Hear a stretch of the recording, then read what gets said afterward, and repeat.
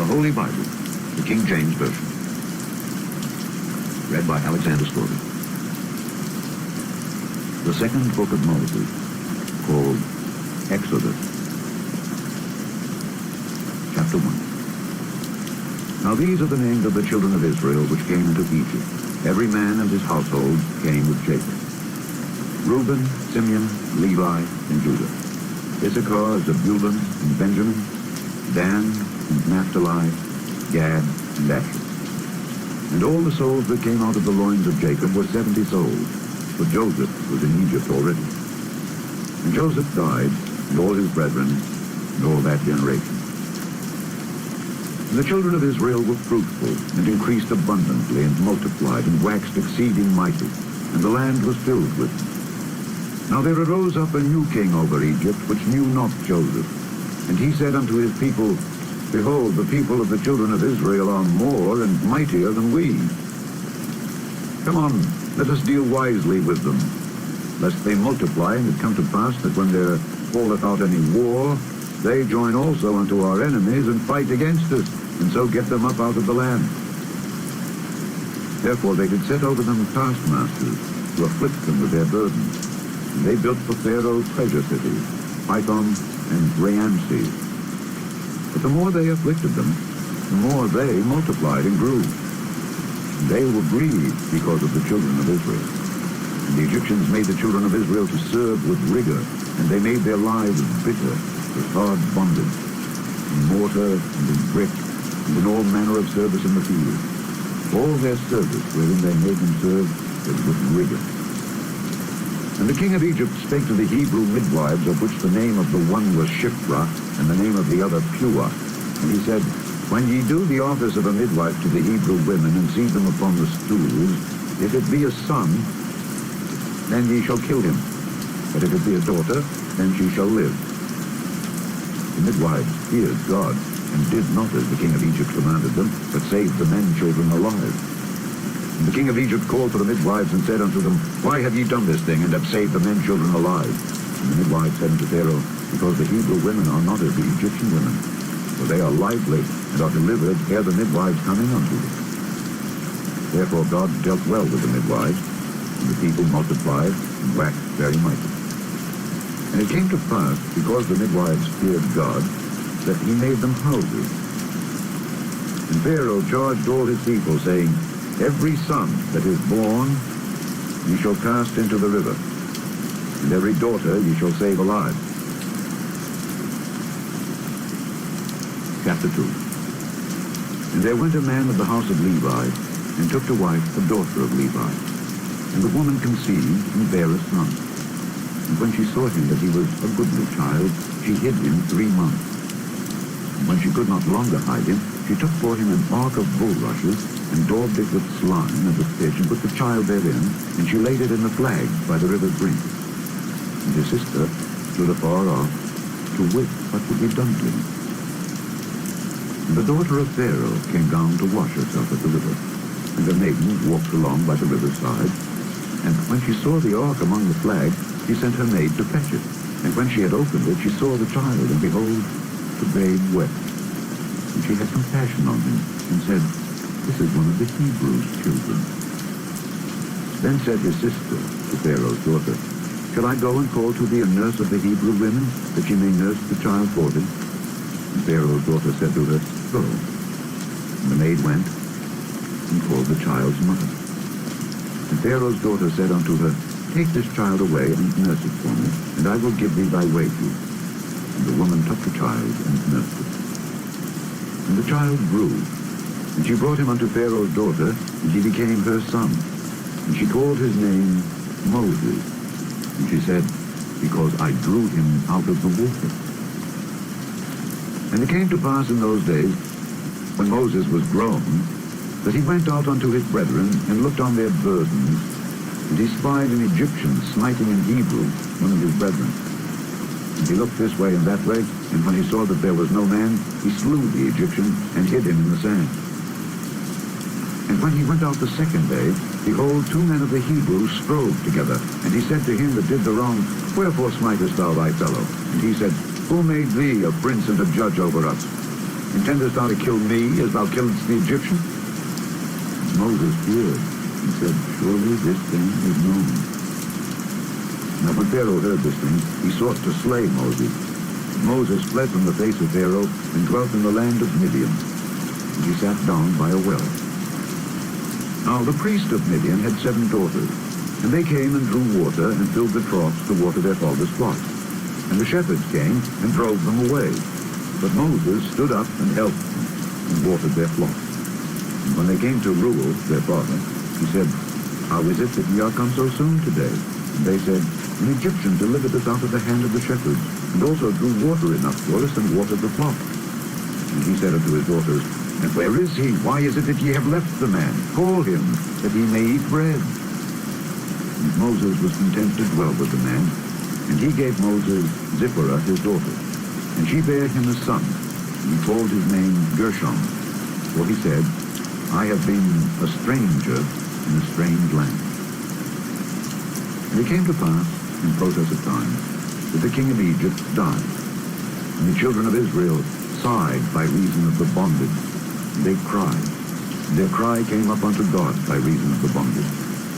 And God heard their groaning. And God remembered his covenant with Abraham, with Isaac, and with Jacob. And God looked upon the children of Israel, and God had respect unto them.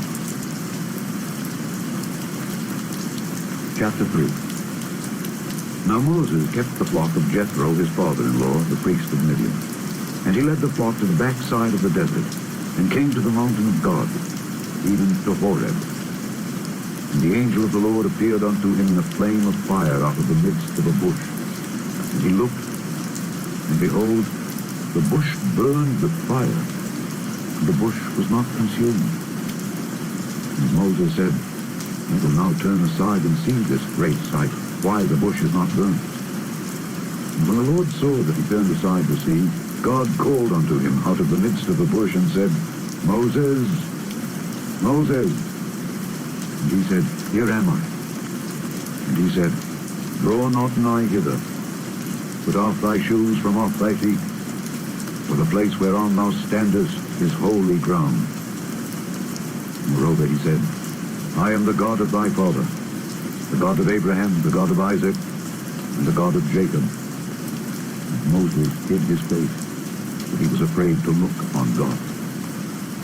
And the Lord said, I have surely seen the affliction of my people which are in Egypt, and have heard their cry by reason of their taskmasters, for I know their sorrows. And I am come down to deliver them out of the hand of the Egyptians, and to bring them up out of that land unto a good land, and a large, unto a land flowing with milk and honey, unto the place of the Canaanites, and the Hittites, and the Amorites, and the Perizzites, and the Hivites, and the Jebusites. Now therefore, behold, the cry of the children of Israel is come unto me, and I have also seen the oppression wherewith the Egyptians oppressed them.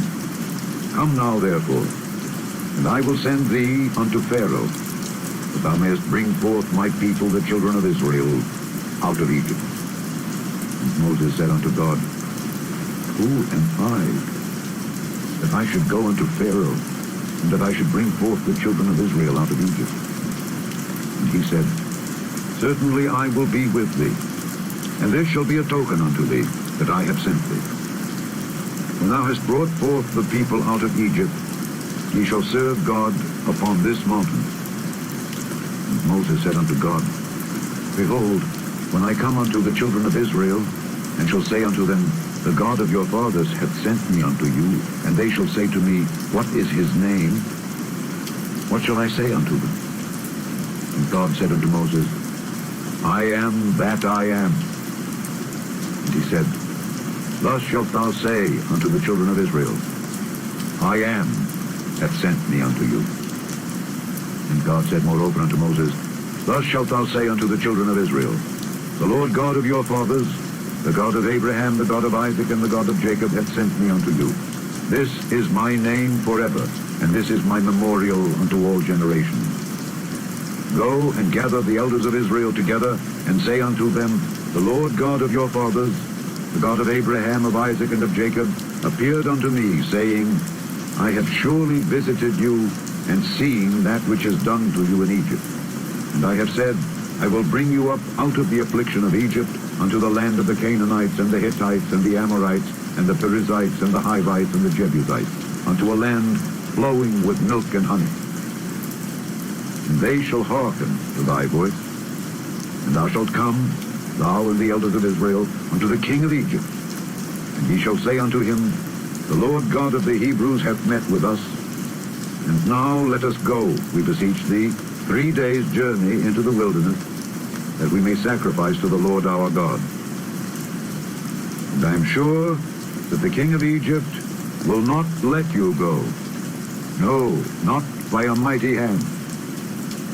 And I will stretch out my hand and smite Egypt with all my wonders which I will do in the midst thereof. And after that, he will let you go. And I will give this people favor in the sight of the Egyptians. And it shall come to pass that when ye go, ye shall not go empty. But every woman shall borrow of her neighbor, and of her that sojourneth in her house, jewels of silver and jewels of gold and raiment. And ye shall put them upon your sons and upon your daughters, and ye shall spoil the Egyptians. Chapter 4. And Moses answered and said, But behold, they will not believe me, nor hearken unto my voice, for they will say, The Lord hath not appeared unto thee. And the Lord said unto him, What is that in thine hand? And he said, A rod. And he said, Cast it on the ground. And he cast it on the ground, and it became a serpent. And Moses fled from before it. And the Lord said unto Moses, Put forth thine hand, and take it by the tail. And he put forth his hand, and caught it, and it became a rod in his hand. That they may believe that the Lord God of their fathers, the God of Abraham, the God of Isaac, and the God of Jacob hath appeared unto thee. And the Lord said furthermore unto him, Put now thine hand into thy bosom. And he put his hand into his bosom. And when he took it out, behold, his hand was leprous as snow. And he said, Put thine hand into thy bosom again. And he put his hand into his bosom again, and plucked it out of his bosom, and behold, it was turned again as his other flesh. And it shall come to pass, if they will not believe thee, neither hearken to the voice of the first sign, that they will believe the voice of the latter sign. And it shall come to pass, if they will not believe also these 2 signs, neither hearken unto thy voice, that thou shalt take of the water of the river, and pour it upon the dry land, and the water which thou takest out of the river shall become blood upon the dry land. And Moses said unto the Lord, O my Lord, I am not eloquent, neither heretofore, nor since thou hast spoken unto thy servant, but I am slow of speech, and of a slow tongue. And the Lord said unto him, Who hath made man's mouth? Or who maketh the dumb, or deaf, or the seeing, or the blind? Have not I, the Lord? Now therefore go, and I will be thy mouth, and teach thee what thou shalt say. And he said, O my Lord, send, I pray thee, by the hand of him whom thou wilt send. And the anger of the Lord was kindled against Moses, and he said, Is not Aaron the Levite thy brother? I know that he can speak well. And also, behold, he cometh forth to meet thee. And when he seeth thee, he will be glad in his heart. And thou shalt speak unto him, and put words in his mouth, and I will be with thy mouth and with his mouth, and will teach you what ye shall do. And he shall be thy spokesman unto the people. And he shall be, even he, shall be to thee instead of a mouth, and thou shalt be to him instead of God. And thou shalt take this rod in thine hand, wherewith thou shalt do signs. And Moses went and returned to Jethro his father-in-law, and said unto him, Let me go, I pray thee, and return unto my brethren which are in Egypt, and see whether they be yet alive. And Jethro said to Moses, Go in peace. And the Lord said unto Moses in Midian, Go, return into Egypt, for all the men are dead which sought thy life. And Moses took his wife and his sons, and set them upon an ass, and he returned to the land of Egypt. And Moses took the rod of God in his hand. And the Lord said unto Moses, When thou goest to return into Egypt, see that thou do all those wonders before Pharaoh which I have put in thine hand. But I will harden his heart, that he shall not let the people go. And thou shalt say unto Pharaoh, Thus saith the Lord, Israel is my son, even my firstborn. And I say unto thee, let my son go, that he may serve me. And if thou refuse to let him go, behold, I will slay thy son, even thy firstborn. And it came to pass by the way in the inn, that the Lord met him and sought to kill him. Then Zipporah took a sharp stone and cut off the foreskin of his son and cast it at his feet and said, surely a bloody husband art thou to me. So he let him go. And she said, a bloody husband thou art because of the circumcision. The Lord said to Aaron, go into the wilderness to meet Moses. And he went and met him in the mount of God and kissed him. And Moses told Aaron all the words of the Lord who had sent him and all the signs which he had commanded him. And Moses and Aaron went and gathered together all the elders of the children of Israel.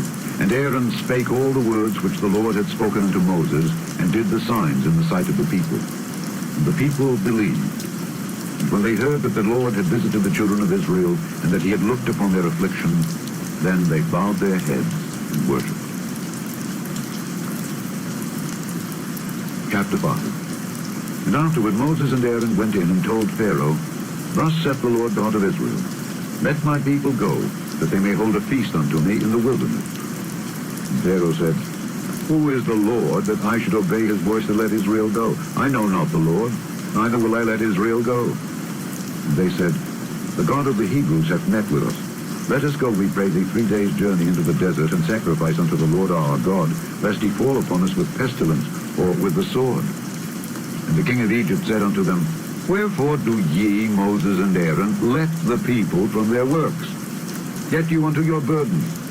And Pharaoh said, behold, the people of the land now are many, and ye make them rest from their burdens. And Pharaoh commanded the same day the taskmasters of the people and their officers, saying, ye shall no more give the people straw to make brick as heretofore. Let them go and gather straw for themselves. And the tale of the bricks which they did make heretofore, ye shall lay upon them. Ye shall not diminish aught thereof, for they be idle. Therefore they cry, saying, let us go and sacrifice to our God. Let there more work be laid upon the men, that they may labor therein. And let them not regard vain words. And the taskmasters of the people went out, and their officers, and they spake to the people, saying, thus saith Pharaoh, I will not give you straw. Go ye, get you straw where ye can find it. Yet not aught of your work shall be diminished. So the people were scattered abroad throughout all the land of Egypt to gather stubble instead of straw. And the taskmasters hasted them, saying, fulfill your works, your daily tasks, as when there was straw.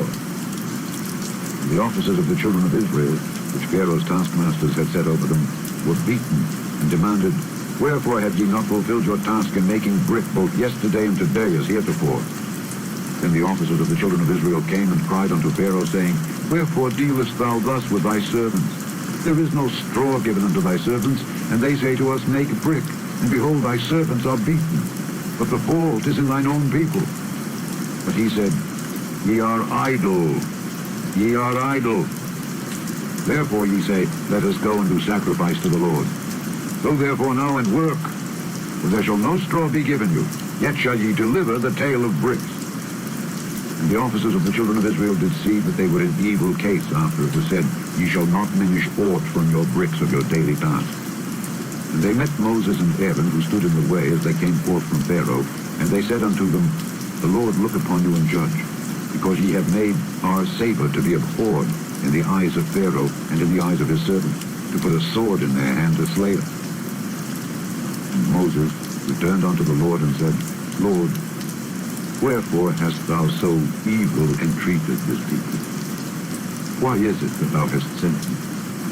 For since I came to Pharaoh to speak in thy name, he hath done evil to this people. Neither hast thou delivered thy people at all. Chapter 6. Then the Lord said unto Moses, now shalt thou see what I will do to Pharaoh. For with a strong hand shall he let them go, and with a strong hand shall he drive them out of his land. And God spake unto Moses and said unto him, I am the Lord, and I appeared unto Abraham, unto Isaac, and unto Jacob, by the name of God Almighty. But by my name, Jehovah, was I not known to them. And I have also established my covenant with them, to give them the land of Canaan, the land of their pilgrimage wherein they were strangers. And I have also heard the groaning of the children of Israel, whom the Egyptians keep in bondage, and I have remembered my covenant. Wherefore, say unto the children of Israel, I am the Lord, and I will bring you out from under the burdens of the Egyptians, and I will rid you out of their bondage, and I will redeem you with a stretched out arm and with great judgments. And I will take you to me for a people, and I will be to you a God. And ye shall know that I am the Lord your God, which bringeth you out from under the burdens of the Egyptians. And I will bring you in unto the land concerning the which I did swear to give it to Abraham, to Isaac, and to Jacob. And I will give it you for an heritage. I am the Lord. And Moses spake so unto the children of Israel, but they hearkened not unto Moses for anguish of spirit and for cruel bondage. And the Lord spake unto Moses, saying, Go in, speak unto Pharaoh king of Egypt, that he let the children of Israel go out of his land. And Moses spake before the Lord, saying, Behold, the children of Israel have not hearkened unto me. How then shall Pharaoh hear me, who am of uncircumcised lips?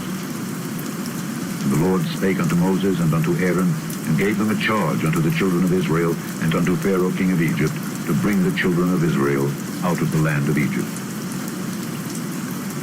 These be the heads of their fathers' houses.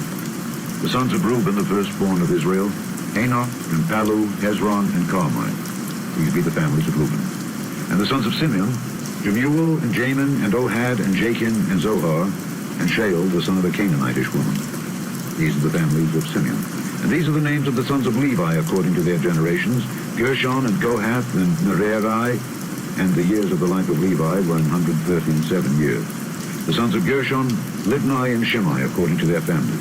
And the sons of Kohath, Amram, and Izhar, and Hebron, and Uzziel.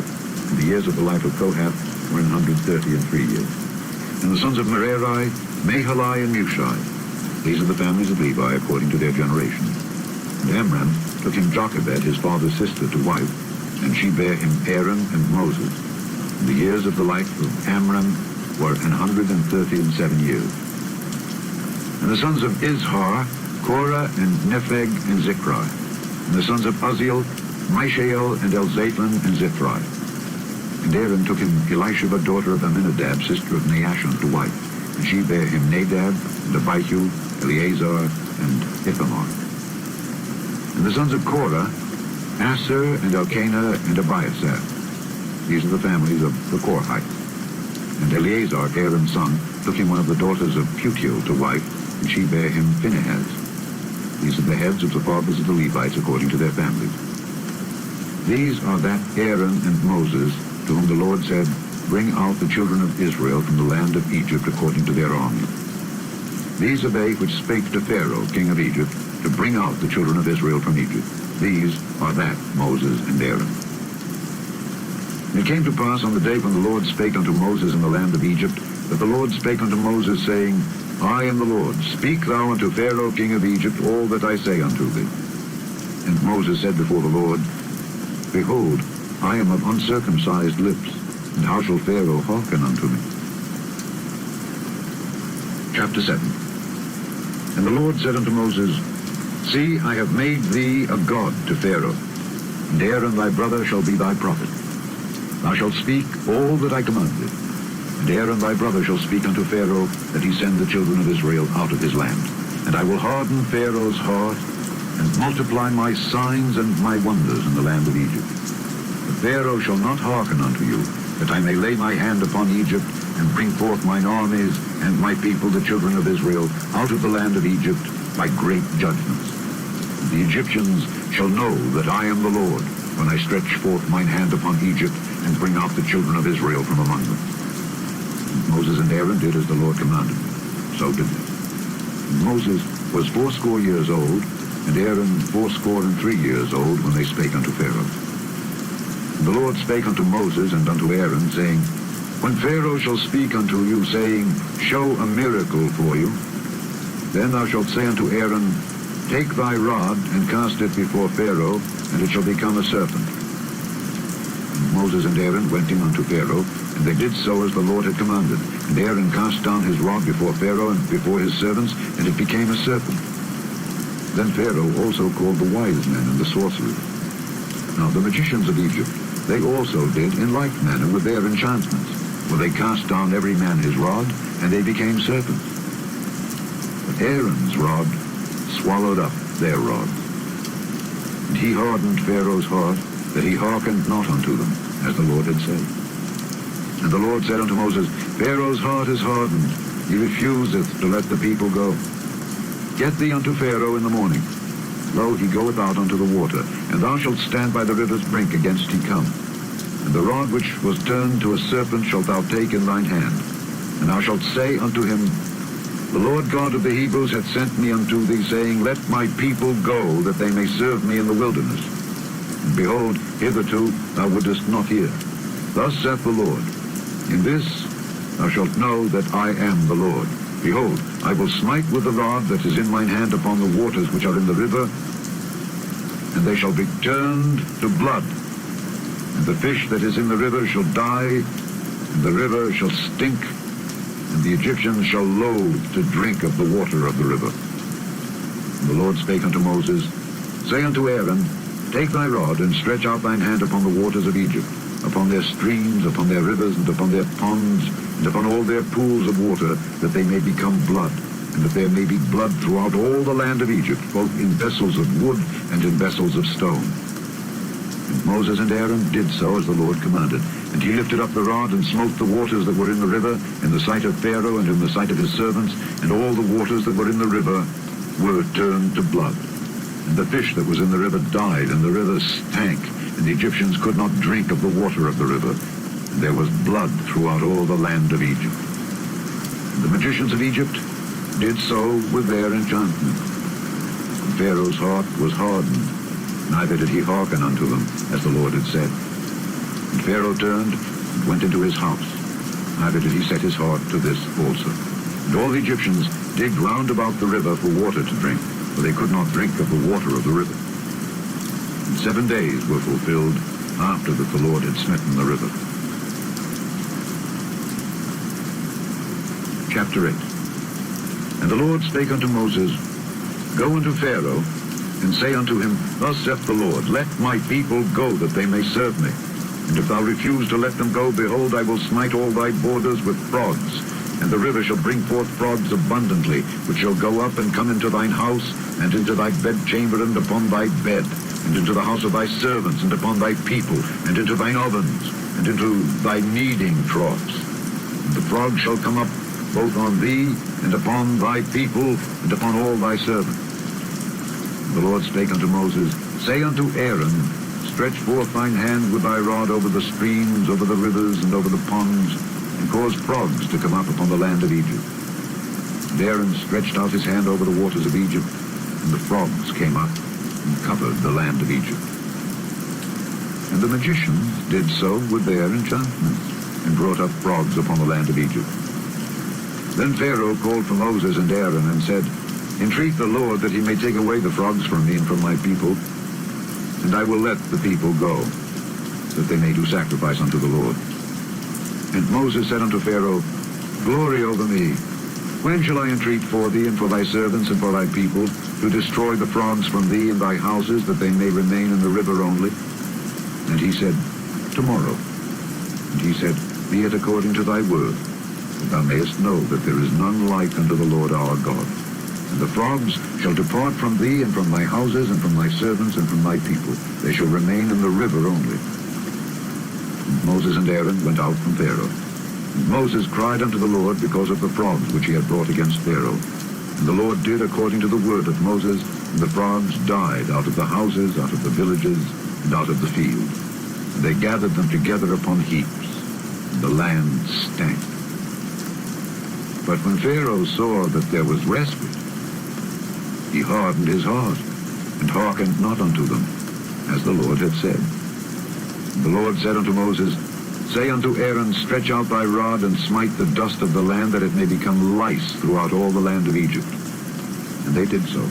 For Aaron stretched out his hand with his rod and smote the dust of the earth, and it became lice in man and in beast. All the dust of the land became lice throughout all the land of Egypt. And the magicians did so with their enchantments to bring forth lice, but they could not. So there were lice upon man and upon beast. Then the magicians said unto Pharaoh, This is the finger of God. And Pharaoh's heart was hardened, and he hearkened not unto them, as the Lord had said. And the Lord said unto Moses, Rise up early in the morning, and stand before Pharaoh. Lo, he cometh forth to the water. And say unto him, Thus saith the Lord, Let my people go, that they may serve me. Else, if thou wilt not let my people go, behold, I will send swarms of flies upon thee, and upon thy servants, and upon thy people, and into thy houses. And the houses of the Egyptians shall be full of swarms of flies, and also the ground whereon they are. And I will sever in that day the land of Goshen, in which my people dwell, that no swarms of flies shall be there, to the end thou mayest know that I am the Lord in the midst of the earth. And I will put a division between my people and thy people. Tomorrow shall this sign be. And the Lord did so, and there came a grievous swarm of flies into the house of Pharaoh, and into his servants' houses, and into all the land of Egypt. The land was corrupted by reason of the swarm of flies. And Pharaoh called for Moses and for Aaron, and said, Go ye, sacrifice to your God in the land. And Moses said, It is not meet so to do, for we shall sacrifice the abomination of the Egyptians to the Lord our God. Lo, shall we sacrifice the abomination of the Egyptians before their eyes, and will they not stone us? We will go 3 days' journey into the wilderness, and sacrifice to the Lord our God, as he shall command us. And Pharaoh said, I will let you go, that ye may sacrifice to the Lord your God in the wilderness. Only ye shall not go very far away. Entreat for me. And Moses said, Behold, I go out from thee, and I will entreat the Lord that the swarms of flies may depart from Pharaoh, from his servants, and from his people tomorrow. But let not Pharaoh deal deceitfully any more in not letting the people go to sacrifice to the Lord. And Moses went out from Pharaoh and entreated the Lord. And the Lord did according to the word of Moses, and he removed the swarms of flies from Pharaoh, from his servants, and from his people. There remained not one. And Pharaoh hardened his heart at this time also, neither would he let the people go. Chapter 9. Then the Lord said unto Moses, Go in unto Pharaoh, and tell him, Thus saith the Lord God of the Hebrews, Let my people go, that they may serve me. For if thou refuse to let them go, and wilt hold them still, behold, the hand of the Lord is upon thy cattle which is in the field, upon the horses, upon the asses, upon the camels, upon the oxen, and upon the sheep. There shall be a very grievous murrain. And the Lord shall sever between the cattle of Israel and the cattle of Egypt, and there shall nothing die of all that is the children's of Israel. And the Lord appointed a set time, saying, Tomorrow the Lord shall do this thing in the land. And the Lord did that thing on the morrow, and all the cattle of Egypt died. But of the cattle of the children of Israel died not one. And Pharaoh sent, and behold, there was not one of the cattle of the Israelites dead. The heart of Pharaoh was hardened, and he did not let the people go. And the Lord said unto Moses and unto Aaron, Take 2 handfuls of ashes of the furnace, and let Moses sprinkle it toward the heaven in the sight of Pharaoh. And it shall become small dust in all the land of Egypt, and shall be a boil breaking forth with blains upon man and upon beast throughout all the land of Egypt.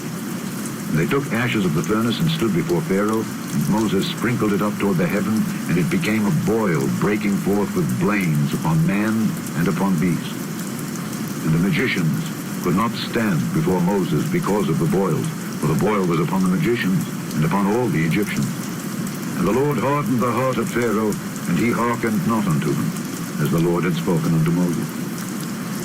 And the Lord said unto Moses, Rise up early in the morning, and stand before Pharaoh, and say unto him, Thus saith the Lord God of the Hebrews, Let my people go, that they may serve me.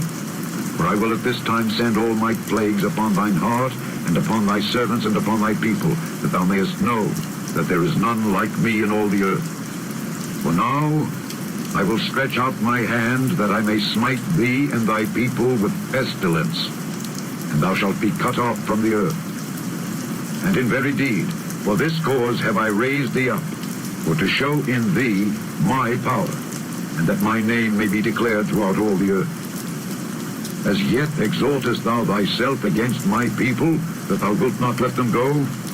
Behold, tomorrow, about this time, I will cause it to rain a very grievous hail, such as hath not been in Egypt since the foundation thereof, even until now. Send therefore now, and gather thy cattle and all that thou hast in the field. For upon every man and beast which shall be found in the field, and shall not be brought home, the hail shall come down upon them, and they shall die. He that feared the word of the Lord among the servants of Pharaoh made his servants and his cattle flee into the houses. And he that regarded not the word of the Lord left his servants and his cattle in the field. And the Lord said unto Moses, Stretch forth thine hand toward heaven, that there may be hail in all the land of Egypt, upon man, and upon beast, and upon every herb of the field throughout the land of Egypt. And Moses stretched forth his rod toward heaven, and the Lord sent thunder and hail, and the fire ran along upon the ground, and the Lord rained hail upon the land of Egypt. So there was hail and fire mingled with the hail, very grievous, such as there was none like it in all the land of Egypt since it became a nation. And the hail smote throughout all the land of Egypt, all that was in the field, both man and beast. And the hail smote every herb of the field, and brake every tree of the field. Only in the land of Goshen, where the children of Israel were, was there no hail. And Pharaoh sent and called for Moses and Aaron, and said unto them, I have sinned this time. The Lord is righteous, and I and my people are wicked. Entreat the Lord, for it is enough, that there be no more mighty thunderings and hail. And I will let you go, and ye shall stay no longer. And Moses said unto him, As soon as I am gone out of the city, I will spread abroad my hands unto the Lord, and the thunder shall cease, neither shall there be any more hail, that thou mayest know how that the earth is the Lord's. But as for thee and thy servants, I know that ye will not yet fear the Lord God. And the flax and the barley was smitten, for the barley was in the ear, and the flax was bold.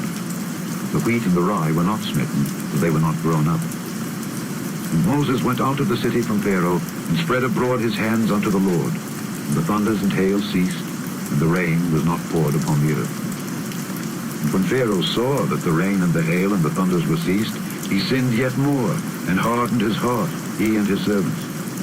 And the heart of Pharaoh was hardened, neither would he let the children of Israel go, as the Lord had spoken by Moses. Chapter 10. And the Lord said unto Moses, Go in unto Pharaoh, for I have hardened his heart and the heart of his servants, that I might show these my signs before him, and that thou mayest tell in the ears of thy son and of thy son's son what things I have wrought in Egypt, and my signs which I have done among them, that ye may know how that I am the Lord.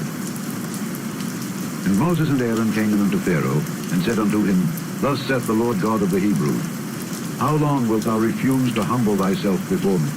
Let my people go, that they may serve me.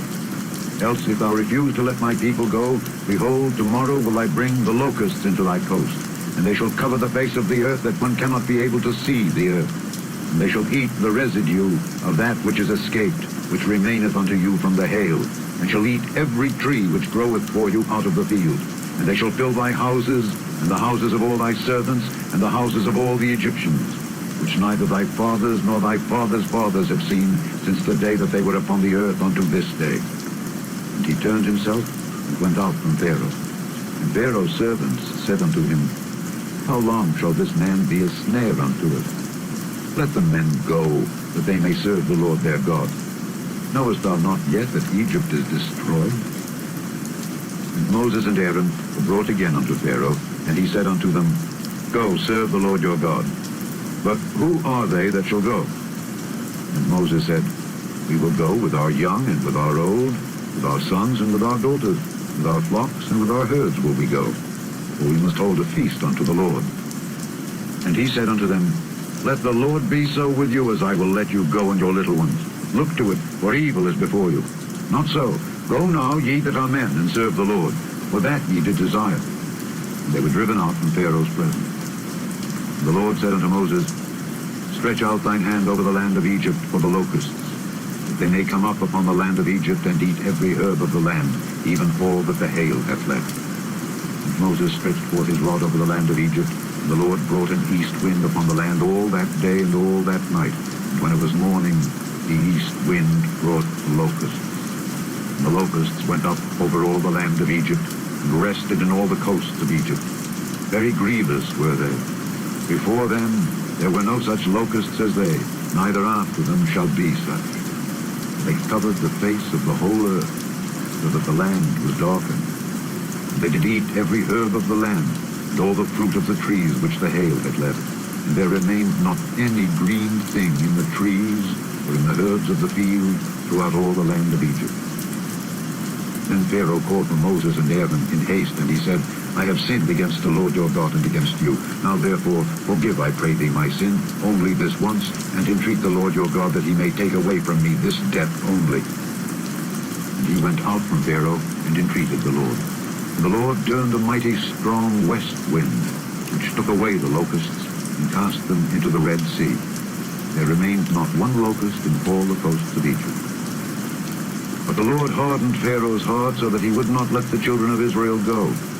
And the Lord said unto Moses, Stretch out thine hand toward heaven, that there may be darkness over the land of Egypt, even darkness which may be felt. And Moses stretched forth his hand toward heaven. There was a thick darkness in all the land of Egypt 3 days. They saw not one another, neither rose any from his place for 3 days. But all the children of Israel had light in their dwellings. And Pharaoh called unto Moses and said, Go ye, serve the Lord. Only let your flocks and your herds be stayed. Let your little ones also go with you. And Moses said, Thou must give us also sacrifices and burnt offerings, that we may sacrifice unto the Lord our God. Our cattle also shall go with us. There shall not an hoof be left behind. For thereof must we take to serve the Lord our God, and we know not with what we must serve the Lord until we come thither. But the Lord hardened Pharaoh's heart, and he would not let them go. And Pharaoh said unto him, Get thee from me, take heed to thyself, see my face no more, for in that day thou seest my face, thou shalt die. And Moses said, Thou hast spoken well. I will see thy face again no more. Chapter 11. And the Lord said unto Moses, Yet will I bring one plague more upon Pharaoh and upon Egypt. Afterwards he will let you go hence. When he shall let you go, he shall surely thrust you out hence altogether. Speak now in the ears of the people, and let every man borrow of his neighbor, and every woman of her neighbor, jewels of silver and jewels of gold. And the Lord gave the people favor in the sight of the Egyptians. Moreover, the man Moses was very great in the land of Egypt, in the sight of Pharaoh's servants, and in the sight of the people. And Moses said, Thus saith the Lord, About midnight will I go out into the midst of Egypt, and all the firstborn in the land of Egypt shall die, from the firstborn of Pharaoh that sitteth upon his throne, even unto the firstborn of the maidservant that is behind the mill, and all the firstborn of beasts. And there shall be a great cry throughout all the land of Egypt, such as there was none like it, nor shall be like it any more. But against any of the children of Israel shall not a dog move his tongue against man or beast, that ye may know how that the Lord doth put a difference between the Egyptians and Israel. And all these thy servants shall come down unto me, and bow down themselves unto me, saying, Get thee out, and all the people that follow thee. And after that I will go out. And he went out from Pharaoh in a great anger. And the Lord said unto Moses, Pharaoh shall not hearken unto you, that my wonders may be multiplied in the land of Egypt. And Moses and Aaron did all these wonders before Pharaoh. And the Lord hardened Pharaoh's heart, so that he would not let the children of Israel go out of his land. Chapter 12. And the Lord spake unto Moses and Aaron in the land of Egypt, saying, This month shall be unto you the beginning of months. It shall be the first month of the year to you. Speak ye unto all the congregation of Israel, saying, In the 10th day of this month they shall take to them every man a lamb, according to the house of their fathers, a lamb for an house. And if the household be too little for the lamb, let him and his neighbor next unto his house take it according to the number of the souls. Every man according to his eating shall make your count for the lamb. Your lamb shall be without blemish, a male of the first year. Ye shall take it out from the sheep or from the goats. And ye shall keep it up until the 14th day of the same month. And the whole assembly of the congregation of Israel shall kill it in the evening.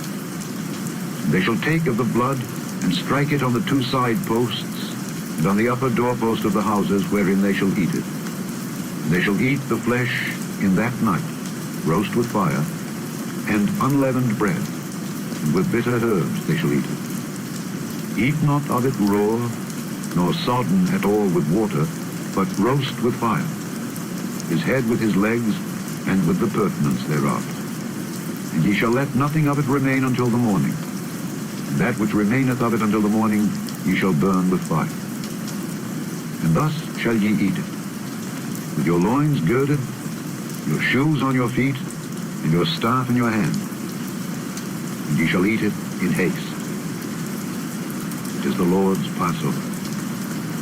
For I will pass through the land of Egypt this night, and will smite all the firstborn in the land of Egypt, both man and beast, and against all the gods of Egypt I will execute judgment.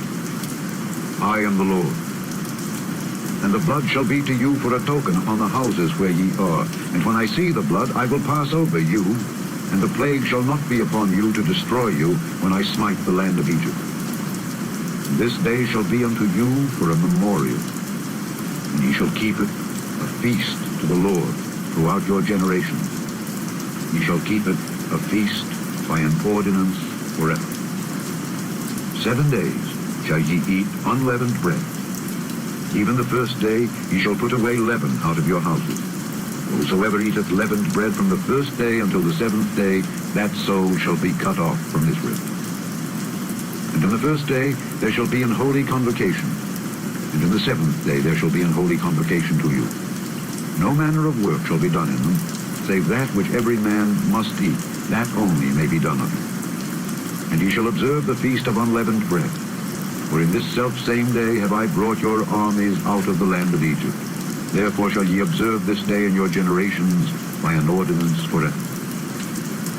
In the first month, on the 14th day of the month, at even, ye shall eat unleavened bread until the 21st day of the month at even.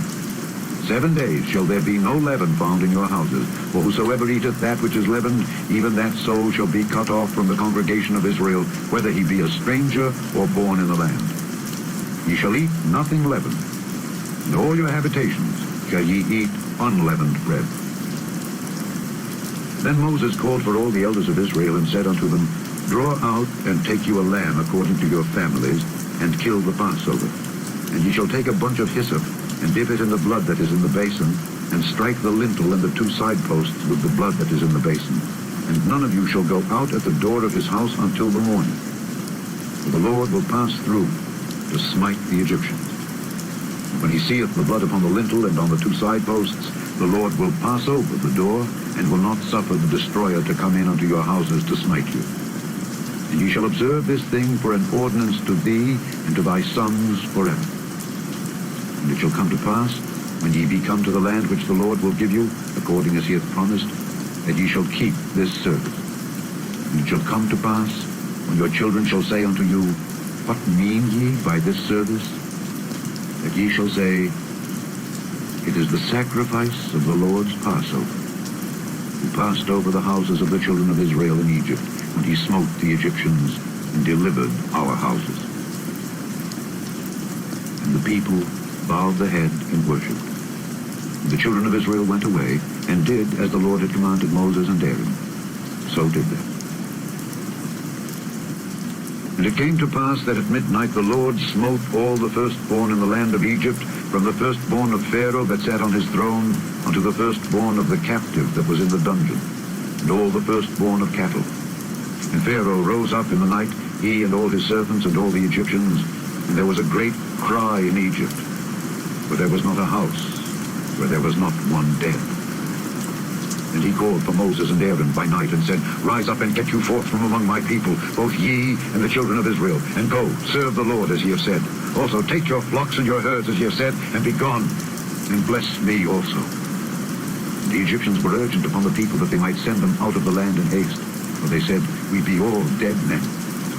And the people took their dough before it was leavened, their kneading troughs being bound up in their clothes upon their shoulders. And the children of Israel did according to the word of Moses. And they borrowed of the Egyptians jewels of silver and jewels of gold and raiment. And the Lord gave the people favor in the sight of the Egyptians, so that they lent unto them such things as they required.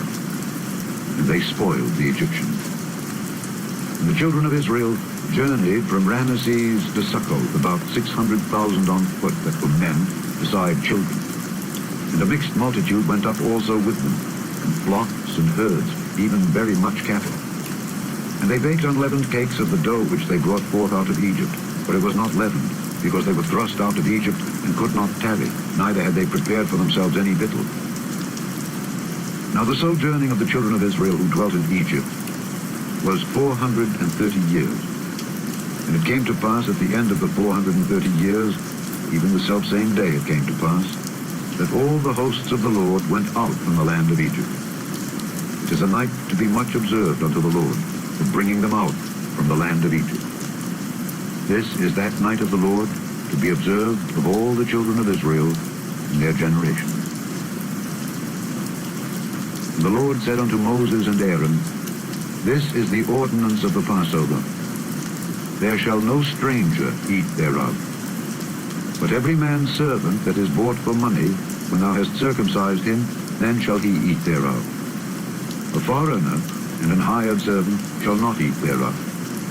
In one house shall it be eaten. Thou shalt not carry forth aught of the flesh abroad out of the house, neither shall ye break a bone thereof. All the congregation of Israel shall keep it. And when a stranger shall sojourn with thee, and will keep the Passover to the Lord, let all his males be circumcised, and then let him come near and keep it. And he shall be as one that is born in the land. For no uncircumcised person shall eat thereof.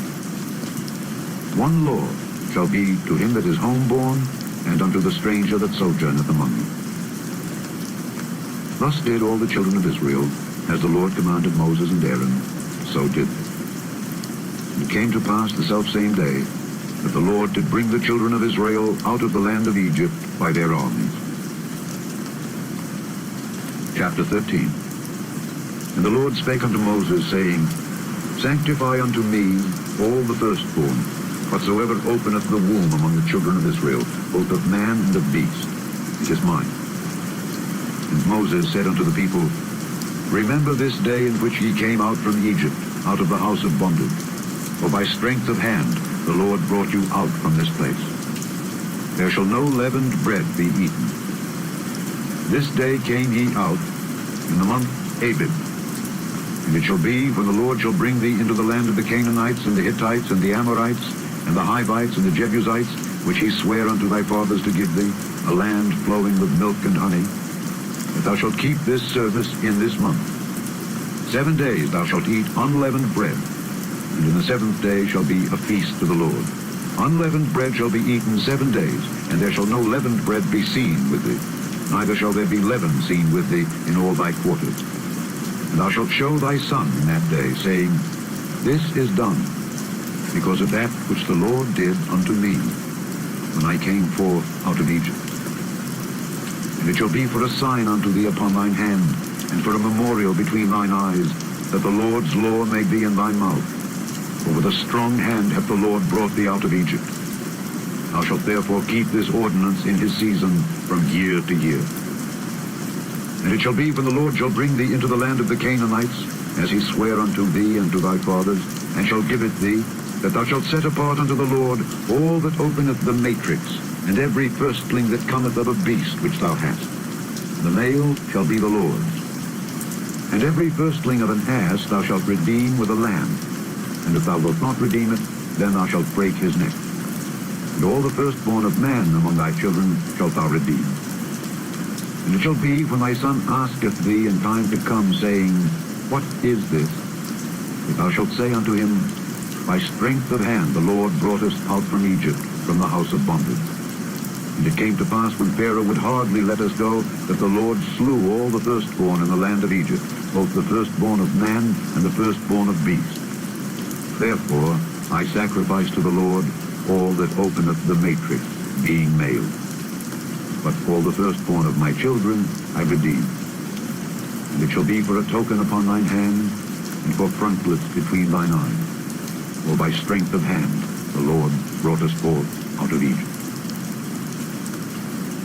And it came to pass, when Pharaoh had let the people go, that God led them not through the way of the land of the Philistines, although that was near. For God said, lest peradventure the people repent when they see war, and they return to Egypt. But God led the people about through the way of the wilderness of the Red Sea. And the children of Israel went up harnessed out of the land of Egypt. And Moses took the bones of Joseph with him, for he had straitly sworn the children of Israel, saying, God will surely visit you, and he shall carry up my bones away hence with you. They took their journey from Succoth and encamped in Etham, in the edge of the wilderness. The Lord went before them by day in a pillar of a cloud to lead them the way, and by night in a pillar of fire to give them light, to go by day and night. He took not away the pillar of the cloud by day, nor the pillar of fire by night from before the people. Chapter 14. And the Lord spake unto Moses, saying, Speak unto the children of Israel, that they turn and encamp before Pi-hahiroth, between Migdol and the sea, over against Baal-zephon. Before it shall ye encamp by the sea. For Pharaoh will say of the children of Israel, They are entangled in the land, the wilderness hath shut them in. And I will harden Pharaoh's heart, that he shall follow after them. And I will be honored upon Pharaoh and upon all his host, that the Egyptians may know that I am the Lord. And they did so. And it was told the king of Egypt that the people fled, and the heart of Pharaoh and of his servants was turned against the people, and they said, Why have we done this, that we have let Israel go from serving us? And he made ready his chariot, and took his people with him. And he took 600 chosen chariots, and all the chariots of Egypt, and captains over every one of them. And the Lord hardened the heart of Pharaoh king of Egypt, and he pursued after the children of Israel. And the children of Israel went out with an high hand. But the Egyptians pursued after them all the horses and chariots of Pharaoh, and his horsemen and his army, and overtook them encamping by the sea, beside Pi-hahiroth, before Baal-zephon. And when Pharaoh drew nigh, the children of Israel lifted up their eyes, and behold, the Egyptians marched after them. And they were sore afraid, and the children of Israel cried out unto the Lord.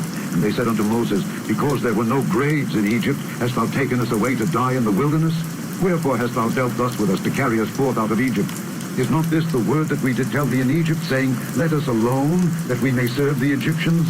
For it had been better for us to serve the Egyptians, than that we should die in the wilderness. And Moses said unto the people, Fear ye not, stand still, and see the salvation of the Lord, which he will show to you today. For the Egyptians whom ye have seen today, ye shall see them again no more forever.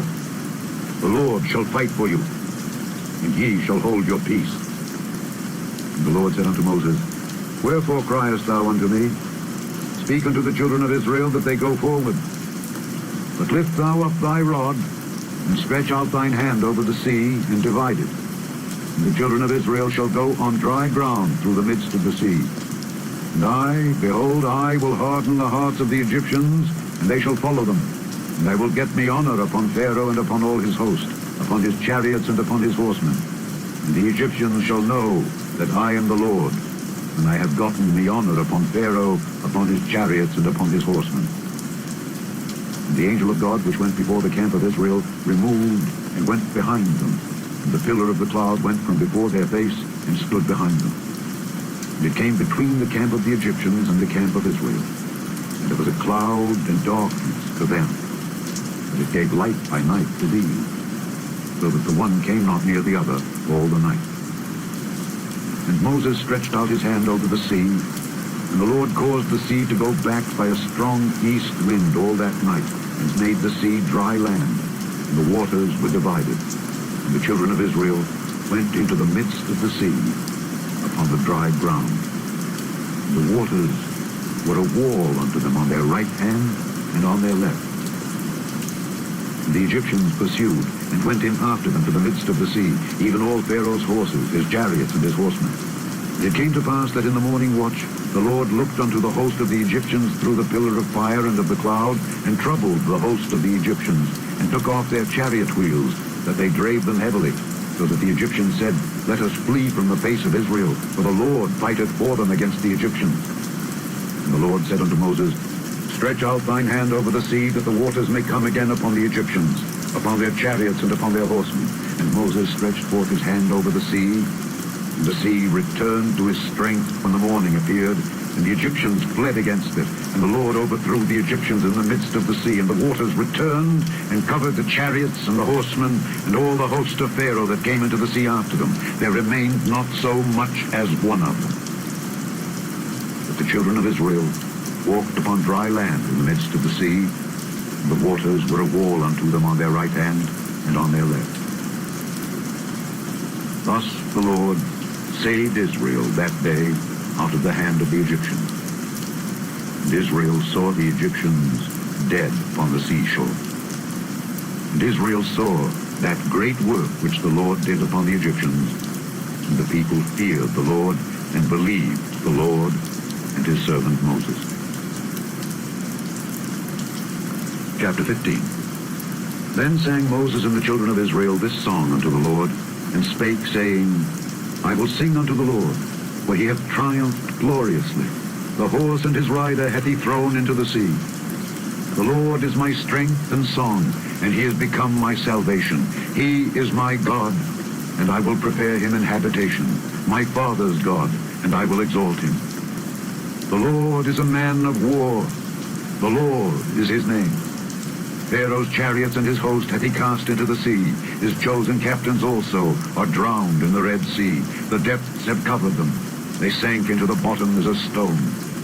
Thy right hand, O Lord, is become glorious in power. Thy right hand, O Lord, hath dashed in pieces the enemy. And in the greatness of thine excellency thou hast overthrown them that rose up against thee. Thou sentest forth thy wrath, which consumed them as stubble. And with the blast of thy nostrils the waters were gathered together, the floods stood upright as an heap, and the depths were congealed in the heart of the sea. The enemy said, I will pursue, I will overtake, I will divide the spoil, my lust shall be satisfied upon them, I will draw my sword, my hand shall destroy them. Thou didst blow with thy wind, the sea covered them, they sank as lead in the mighty waters. Who is like unto thee, O Lord, among the gods?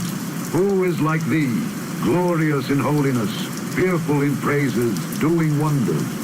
Thou stretchedst out thy right hand, the earth swallowed them. Thou in thy mercy hast led forth the people which thou hast redeemed.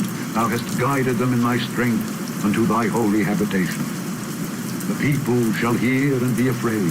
Sorrow shall take hold on the inhabitants of Palestine. Then the dukes of Edom shall be amazed. The mighty men of Moab, trembling, shall take hold upon them. All the inhabitants of Canaan shall melt away. Fear and dread shall fall upon them. By the greatness of thine arm they shall be as still as a stone. Till thy people pass over, O Lord, till the people pass over which thou hast purchased. Thou shalt bring them in, and plant them in the mountain of thine inhabitants, in the place, O Lord, which thou hast made for thee to dwell in the sanctuary, O Lord, which thy hands have established. The Lord shall reign forever and ever. For the horse of Pharaoh went in with his chariots and with his horsemen into the sea, and the Lord brought again the waters of the sea upon them. But the children of Israel went on dry land in the midst of the sea. And Miriam the prophetess, the sister of Aaron, took a timbrel in her hand, and all the women went out after her with timbrels and with dances. And Miriam answered them, Sing ye to the Lord, for he hath triumphed gloriously. The horse and his rider hath he thrown into the sea. So Moses brought Israel from the Red Sea. And they went out into the wilderness of Shur. And they went 3 days in the wilderness, and found no water. And when they came to Merah, they could not drink of the waters of Merah, for they were bitter. Therefore the name of it was called Merah. And the people murmured against Moses, saying, What shall we drink? And he cried unto the Lord, and the Lord showed him a tree, which when he had cast into the waters were made sweet. There he made for them a statute and an ordinance, And there he proved them, and said, If thou wilt diligently hearken to the voice of the Lord thy God, and wilt do that which is right in his sight, and wilt give ear to his commandments, and keep all his statutes, I will put none of these diseases upon thee, which I have brought upon the Egyptians. For I am the Lord that healeth thee. And they came to Elim, where were 12 wells of water, and 70 palm trees. And they encamped there by the waters. Chapter 16. And they took their journey from Elim, and all the congregation of the children of Israel came unto the wilderness of Sin, which is between Elim and Sinai, on the 15th day of the 2nd month after their departing out of the land of Egypt. And the whole congregation of the children of Israel murmured against Moses and Aaron in the wilderness. And the children of Israel said unto them, Would to God we had died by the hand of the Lord in the land of Egypt, when we sat by the flesh pots, and when we did eat bread to the full. For ye have brought us forth into this wilderness, to kill this whole assembly with hunger. Then said the Lord unto Moses, Behold, I will rain bread from heaven for you, and the people shall go out and gather a certain rate every day, that I may prove them whether they will walk in my law or no. And it shall come to pass that on the 6th day they shall prepare that which they bring in, and it shall be twice as much as they gather daily. And Moses and Aaron said unto all the children of Israel, At even then ye shall know that the Lord hath brought you out from the land of Egypt. And in the morning then ye shall see the glory of the Lord, for that he heareth your murmurings against the Lord. And what are we, that ye murmur against us? And Moses said, This shall be when the Lord shall give you in the evening flesh to eat, and in the morning bread to the full, so that the Lord heareth your murmurings which ye murmur against him.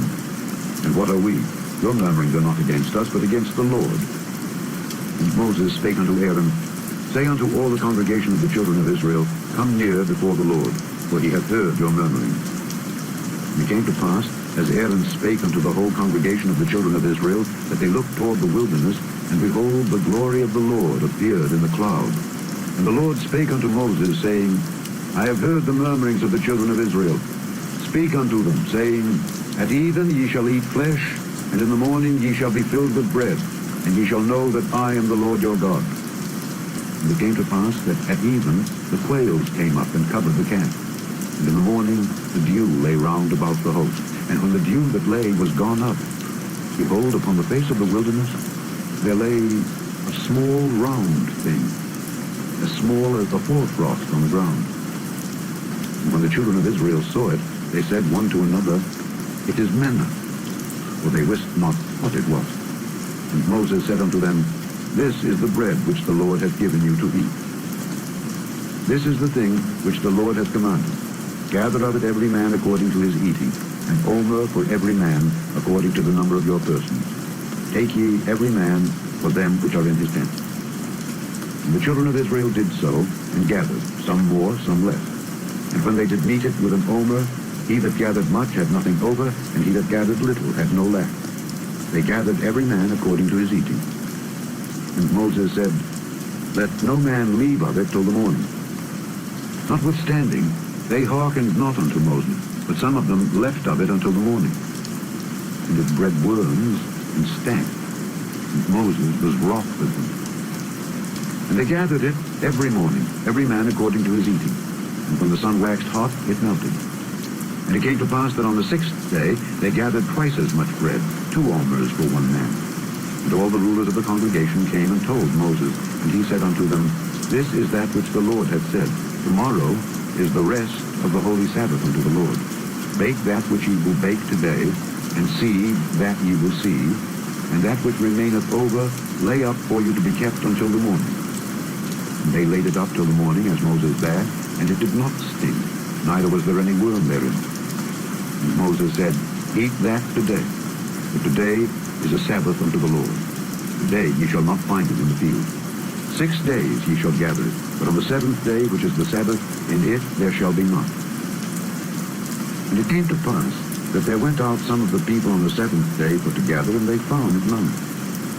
And the Lord said unto Moses, How long refuse ye to keep my commandments and my laws? See, for that the Lord hath given you the Sabbath, therefore he giveth you on the 6th day the bread of 2 days. Abide ye every man in his place, that no man go out of his place on the seventh day. So the people rested on the seventh day.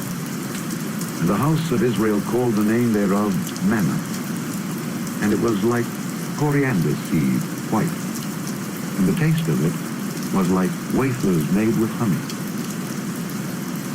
And Moses said, This is the thing which the Lord commanded. Fill an omer of it to be kept for your generation, that they may see the bread wherewith I have fed you in the wilderness, when I brought you forth from the land of Egypt. And Moses said unto Aaron, Take a pot, and put an omer full of manna therein, and lay it up before the Lord, to be kept for your generation. As the Lord commanded Moses, so Aaron laid it up before the testimony to be kept. And the children of Israel did eat manna 40 years, until they came to a land inhabited. They did eat manna until they came unto the borders of the land of Canaan. Now, an omer is the 10th part of an ephah. Chapter 17. And all the congregation of the children of Israel journeyed from the wilderness of Sin after their journeys, according to the commandment of the Lord, and pitched in Rephidim. And there was no water for the people to drink.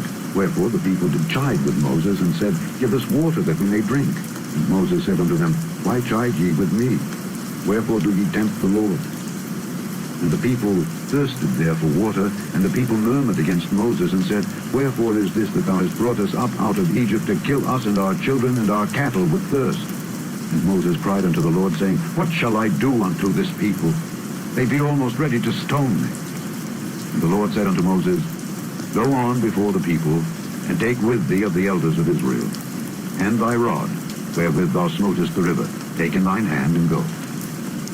Behold, I will stand before thee there upon the rock in Horeb, and thou shalt smite the rock, and there shall come water out of it, that the people may drink. And Moses did so in the sight of the elders of Israel. And he called the name of the place Massah and Meribah, because of the chiding of the children of Israel, and because they tempted the Lord, saying, Is the Lord among us or not? Then came Amalek, and fought with Israel in Rephidim. And Moses said unto Joshua, Choose us out men, and go out, fight with Amalek. Tomorrow I will stand on the top of the hill with the rod of God in my hand. So Joshua did as Moses had said to him, and fought with Amalek. And Moses, Aaron, and Hur went up to the top of the hill. And it came to pass when Moses held up his hand, that Israel prevailed. And when he let down his hand, Amalek prevailed. But Moses' hands were heavy. And they took a stone and put it under him, and he sat thereon. And Aaron and Hur stayed up his hands, the one on the one side and the other on the other side. And his hands were steady until the going down of the sun. And Joshua discomfited Amalek and his people with the edge of the sword. And the Lord said unto Moses, Write this for a memorial in a book, and rehearse it in the ears of Joshua. For I will utterly put out the remembrance of Amalek from under heaven.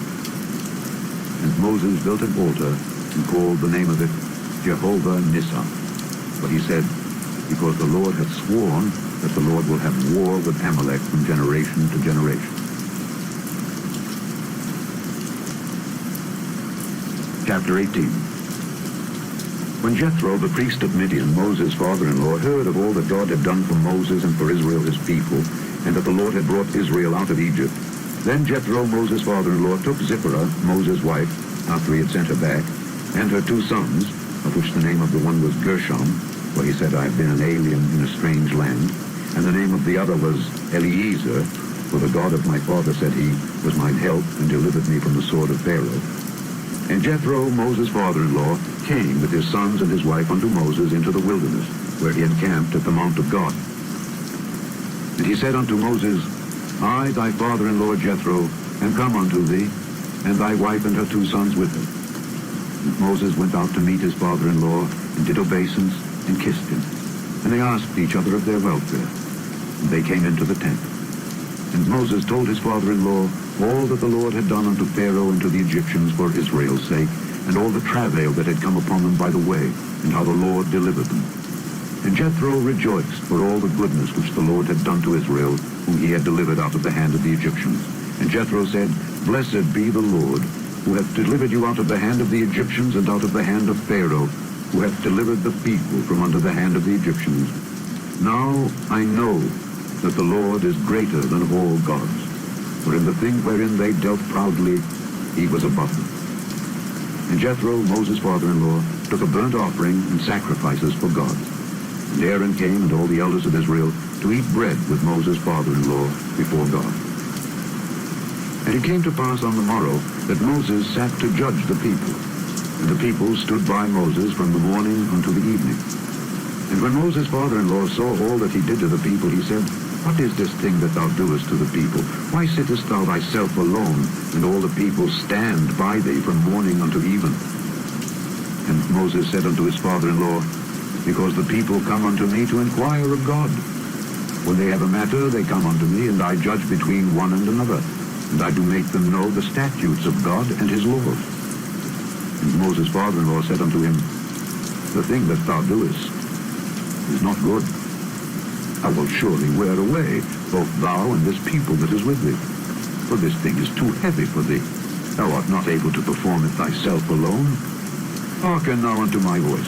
I will give thee counsel, and God shall be with thee.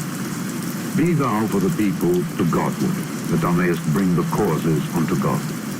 And thou shalt teach them ordinances and laws, and shalt show them the way wherein they must walk, and the work that they must do. Moreover, thou shalt provide out of all the people able men, such as fear God, men of truth, hating covetousness, and place such over them to be rulers of thousands, and rulers of hundreds, rulers of 50s, and rulers of 10s. And let them judge the people at all seasons. And it shall be that every great matter they shall bring unto thee, but every small matter they shall judge. So shall it be easier for thyself, and they shall bear the burden with thee. If thou shalt do this thing, and God command thee so, then thou shalt be able to endure, and all this people shall also go to their place in peace. So Moses hearkened to the voice of his father-in-law, and did all that he had said. And Moses chose able men out of all Israel, and made them heads over the people, rulers of thousands, rulers of hundreds, rulers of 50s, and rulers of 10s. And they judged the people at all seasons. The hard causes they brought unto Moses, but every small matter they judged themselves. And Moses let his father-in-law depart, and he went his way into his own land. Chapter 19. In the 3rd month, when the children of Israel were gone forth out of the land of Egypt, the same day came they into the wilderness of Sinai. For they were departed from Rephidim, and were come to the desert of Sinai, and had pitched in the wilderness. And there Israel camped before the mount.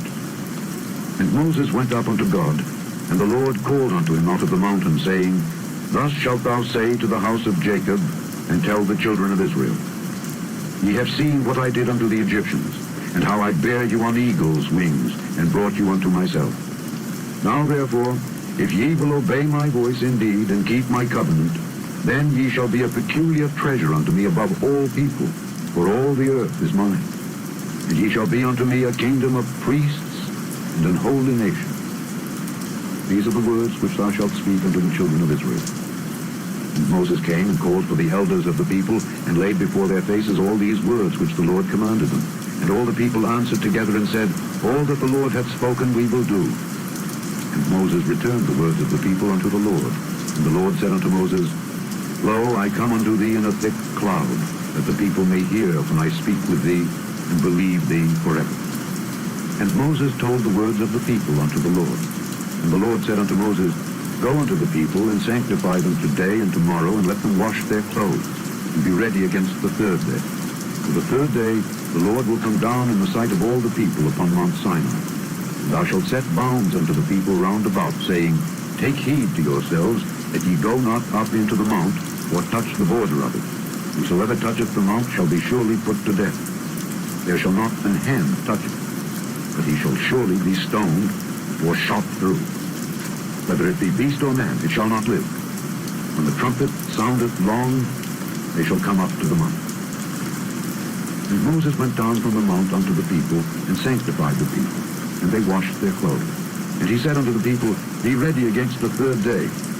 Come not at your wives.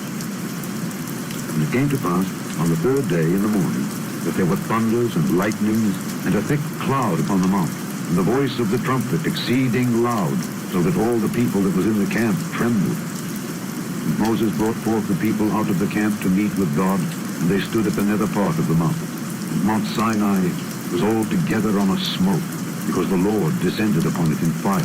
And the smoke thereof ascended as the smoke of a furnace, and the whole mount quaked greatly. And when the voice of the trumpet sounded long, and waxed louder and louder, Moses spake, and God answered him by a voice. And the Lord came down upon Mount Sinai on the top of the mount, and the Lord called Moses up to the top of the mount, and Moses went up. And the Lord said unto Moses, Go down, charge the people, lest they break through unto the Lord to gaze, and many of them perish. And let the priests also, which come near to the Lord, sanctify themselves, lest the Lord break forth upon them. And Moses said unto the Lord, The people cannot come up to Mount Sinai. For thou chargedst us, saying, Set bounds about the mount, and sanctify.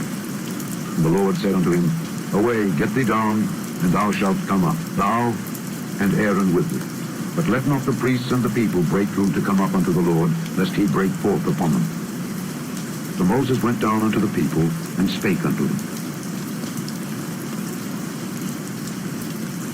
Chapter 20. And God spake all these words, saying, I am the Lord thy God, which have brought thee out of the land of Egypt, out of the house of bondage. Thou shalt have no other gods before me. Thou shalt not make unto thee any graven image, or any likeness of anything that is in heaven above, or that is in the earth beneath, or that is in the water under the earth. Thou shalt not bow down thyself to them, nor serve them. For I, the Lord thy God, am a jealous God, visiting the iniquity of the fathers upon the children unto the third and fourth generation of them that hate me, and showing mercy unto thousands of them that love me and keep my commandments. Thou shalt not take the name of the Lord thy God in vain, for the Lord will not hold him guiltless that taketh his name in vain. Remember the Sabbath day to keep it holy. 6 days shalt thou labor and do all thy work, but the seventh day is the Sabbath of the Lord thy God. In it thou shalt not do any work, thou, nor thy son, nor thy daughter, thy manservant, nor thy maidservant, nor thy cattle, nor thy stranger that is within thy gate. For in 6 days the Lord made heaven and earth, the sea, and all that in them is, and rested the seventh day. Wherefore the Lord blessed the Sabbath day and hallowed it. Honor thy father and thy mother, that thy days may be long upon the land which the Lord thy God giveth thee. Thou shalt not kill. Thou shalt not commit adultery. Thou shalt not steal. Thou shalt not bear false witness against thy neighbor. Thou shalt not covet thy neighbor's house. Thou shalt not covet thy neighbor's wife, nor his manservant, nor his maidservant, nor his ox, nor his ass, nor anything that is thy neighbor's. And all the people saw the thunderings and the lightnings and the noise of the trumpet and the mountain smoking. And when the people saw it, they removed and stood afar off. And they said unto Moses, Speak thou with us, and we will hear. But let not God speak with us, lest we die. And Moses said unto the people, Fear not, for God is come to prove you, and that his fear may be before your faces, that ye sin not. And the people stood afar off, and Moses drew near unto the thick darkness where God was. And the Lord said unto Moses, Thus thou shalt say unto the children of Israel, Ye have seen that I have talked with you from heaven. Ye shall not make with me gods of silver, neither shall ye make unto you gods of gold. An altar of earth thou shalt make unto me, and shalt sacrifice thereon thy burnt offerings, and thy peace offerings, thy sheep, and thine oxen. In all places where I record my name, I will come unto thee, and I will bless thee. And if thou wilt make me an altar of stone, thou shalt not build it of hewn stone. For if thou lift up thy tool upon it, thou hast polluted it. Neither shalt thou go up by steps unto mine altar, that thy nakedness be not discovered thereon. Chapter 21. Now these are the judgments which thou shalt set before them. If thou buy an Hebrew servant, 6 years he shall serve, and in the 7th he shall go out free for nothing. If he came in by himself, he shall go out by himself. If he were married, then his wife shall go out with him. If his master have given him a wife, and she have borne him sons or daughters, the wife and her children shall be her master's, and he shall go out by himself. And if the servant shall plainly say, I love my master, my wife, and my children, I will not go out free, then his master shall bring him unto the judges. He shall also bring him to the door, or unto the doorpost, And his master shall bore his ear through with an awl, and he shall serve him forever. And if a man sell his daughter to be a maidservant, she shall not go out as the menservants do. If she please not her master, who hath betrothed her to himself, then shall he let her be redeemed. To sell her unto a strange nation he shall have no power, seeing he hath dealt deceitfully with her. And if he have betrothed her unto his son, he shall deal with her after the manner of daughters. If he take him another wife, her food, her raiment, and her duty of marriage shall he not diminish.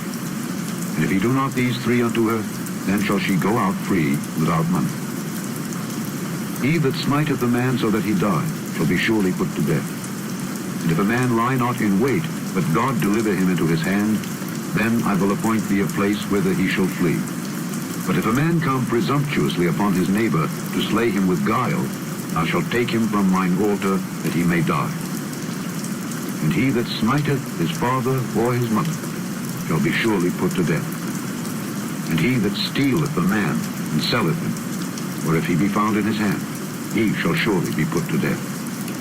And he that curseth his father or his mother shall surely be put to death. And if men strive together, and one smite another with a stone or with his fist, and he die not, but keepeth his bed, if he rise again and walk abroad upon his staff, then shall he that smote him be quit. Only he shall pay for the loss of his time, and shall cause him to be thoroughly healed. And if a man smite his servant or his maid with a rod, and he die under his hand, he shall be surely punished. Notwithstanding, if he continue a day or two, he shall not be punished, for he is his money. If men strive and hurt a woman with child, so that her fruit depart from her, and yet no mischief follow, he shall be surely punished according as the woman's husband will lay upon him, and he shall pay as the judges determine. And if any mischief follow, then thou shalt give life for life, eye for eye, tooth for tooth, hand for hand, foot for foot, burning for burning, wound for wound, stripe for stripe. And if a man smite the eye of his servant, or the eye of his maid, that it perish, he shall let him go free for his eye's sake. And if he smite out his manservant's tooth, or his maidservant's tooth, he shall let him go free for his tooth's sake. If an ox gore a man or a woman that they die, then the ox shall be surely stoned, and his flesh shall not be eaten, but the owner of the ox shall be quit. But if the ox were wont to push with his horn in time past, and it hath been testified to his owner, and he hath not kept him in, but that he hath killed a man or a woman, the ox shall be stoned, and his owner also shall be put to death. If there be laid on him a sum of money, then he shall give for the ransom of his life whatsoever is laid upon him. Whether he have gored a son or have gored a daughter, according to this judgment shall it be done unto him. If the ox shall push a manservant or a maidservant, he shall give unto their master 30 shekels of silver, and the ox shall be stoned.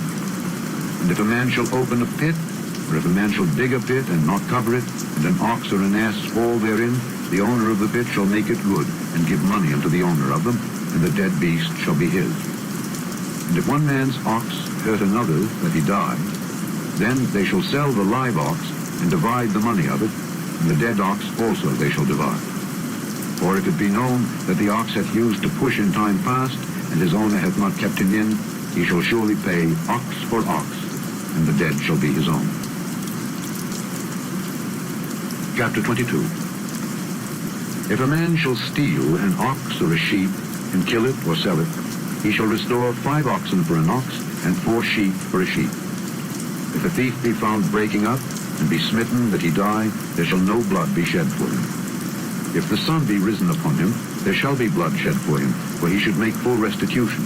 If he have nothing, then he shall be sold for his theft. If the theft be certainly found in his hand alive, whether it be ox or ass or sheep, he shall restore double. If a man shall cause a field or vineyard to be eaten, and shall put in his beast, and shall feed in another man's field, of the best of his own field, and of the best of his own vineyard shall he make restitution. If fire break out, and catch in thorns, so that the stacks of corn, or the standing corn, or the field be consumed therewith, he that kindled the fire shall surely make restitution. If a man shall deliver unto his neighbor money or stuff to keep, and it be stolen out of the man's house, if the thief be found, let him pay double. If the thief be not found, then the master of the house shall be brought unto the judges to see whether he have put his hand unto his neighbor's goods. For all manner of trespass, whether it be for ox, for ass, for sheep, for raiment, or for any manner of lost thing which another challengeth to be his, the cause of both parties shall come before the judges, and whom the judges shall condemn, he shall pay double unto his neighbor. If a man deliver unto his neighbor an ass or an ox or a sheep or any beast to keep, and it die or be hurt or driven away, no man seeing it, then shall an oath of the Lord be between them both, that he hath not put his hand unto his neighbor's goods. And the owner of it shall accept thereof, and he shall not make it good. And if it be stolen from him, he shall make restitution unto the owner thereof. If it be torn in pieces, then let him bring it for witness, and he shall not make good that which was torn. And if a man borrow aught of his neighbor, and it be hurt or die, the owner thereof being not with it, he shall surely make it good. But if the owner thereof be with it, he shall not make it good. If it be an hired thing, it came for his hire. And if a man entice a maid that is not betrothed, and lie with her, he shall surely endow her to be his wife. If her father utterly refuse to give her unto him, he shall pay money according to the dowry of virgins. Thou shalt not suffer a witch to live. Whosoever lieth with a beast shall surely be put to death. He that sacrificeth unto any god, save unto the Lord only, he shall be utterly destroyed. Thou shalt neither vex a stranger nor oppress him, for ye were strangers in the land of Egypt. Ye shall not afflict any widow or fatherless child. If thou afflict them in any wise, and they cry at all unto me, I will surely hear their cry. And my wrath shall wax hot, and I will kill you with the sword, and your wives shall be widows, and your children fatherless. If thou lend money to any of my people that is poor by thee, thou shalt not be to him as an usurer, neither shalt thou lay upon him usury. If thou at all take thy neighbor's raiment to pledge, thou shalt deliver it unto him by that the sun goeth down, for that is his covering only. It is his raiment for his skin, wherein shall he sleep. And it shall come to pass, when he crieth unto me, that I will hear, for I am gracious. Thou shalt not revile the gods, nor curse the ruler of thy people. Thou shalt not delay to offer the first of thy ripe fruits and of thy liquors, the firstborn of thy sons shalt thou give unto me. Likewise shalt thou do with thine oxen and with thy sheep. 7 days it shall be with his dam, on the 8th day thou shalt give it me. And ye shall be holy men unto me. Neither shall ye eat any flesh that is torn of beasts in the field. Ye shall cast it to the dogs. Chapter 23. Thou shalt not raise a false report. Put not thine hand with the wicked to be an unrighteous witness. Thou shalt not follow a multitude to do evil. Neither shalt thou speak in a cause to decline after many to wrest judgment. Neither shalt thou countenance a poor man in his cause. If thou meet thine enemy's ox or his ass going astray, thou shalt surely bring it back to him again. If thou see the ass of him that hateth thee lying under his burden, and wouldest forbear to help him, thou shalt surely help with it. Thou shalt not wrest the judgment of thy poor in his cause. Keep thee far from a false matter, and the innocent and righteous slay thou not, for I will not justify the wicked. Thou shalt take no gift, for the gift blindeth the wise, and perverteth the words of the righteous. Also, thou shalt not oppress a stranger, for ye know the heart of a stranger, seeing ye were strangers in the land of Egypt. And 6 years thou shalt sow thy land, and shalt gather in the fruits thereof, but the 7th year thou shalt let it rest and lie still, that the poor of thy people may eat, and what they leave the beasts of the field shall eat. In like manner thou shalt deal with thy vineyard, and with thy olive yard. 6 days thou shalt do thy work, and on the 7th day thou shalt rest, that thine ox and thine ass may rest, and the son of thy handmaid and the stranger may be refreshed. And in all things that I have said unto you, be circumspect, and make no mention of the name of other gods, neither let it be heard out of thy mouth. 3 times thou shalt keep a feast unto me in the year. Thou shalt keep the feast of unleavened bread. Thou shalt eat unleavened bread 7 days, as I commanded thee, in the time appointed of the month Abib, for in it thou camest out from Egypt, and none shall appear before me empty. And the feast of harvest, the first fruits of thy labors, which thou hast sown in the field. And the feast of ingathering, which is in the end of the year, when thou hast gathered in thy labors out of the field. 3 times in the year all thy males shall appear before the Lord God. Thou shalt not offer the blood of my sacrifice with leavened bread, neither shall the fat of my sacrifice remain until the morning. The first of the first fruits of thy land thou shalt bring into the house of the Lord thy God. Thou shalt not seethe a kid in his mother's milk. Behold, I send an angel before thee to keep thee in the way and to bring thee into the place which I have prepared. Beware of him and obey his voice. Provoke him not, for he will not pardon your transgression, for my name is in him. But if thou shalt indeed obey his voice and do all that I speak, then I will be an enemy unto thine enemies, and an adversary unto thine adversaries. For mine angel shall go before thee, and bring thee in unto the Amorites, and the Hittites, and the Perizzites, and the Canaanites, and the Hivites, and the Jebusites, and I will cut them off. Thou shalt not bow down to their gods, nor serve them, nor do after their works, but thou shalt utterly overthrow them, and quite break down their images. And ye shall serve the Lord your God, and he shall bless thy bread and thy water, and I will take sickness away from the midst of thee. There shall nothing cast their young, nor be barren in thy land.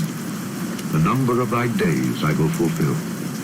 I will send my fear before thee, and will destroy all the people to whom thou shalt come, and I will make all thine enemies turn their backs unto thee. And I will send hornets before thee, which shall drive out the Hivite, the Canaanite, and the Hittite from before thee. I will not drive them out from before thee in 1 year, lest the land become desolate, and the beast of the field multiply against thee. By little and little I will drive them out from before thee, until thou be increased, and inherit the land.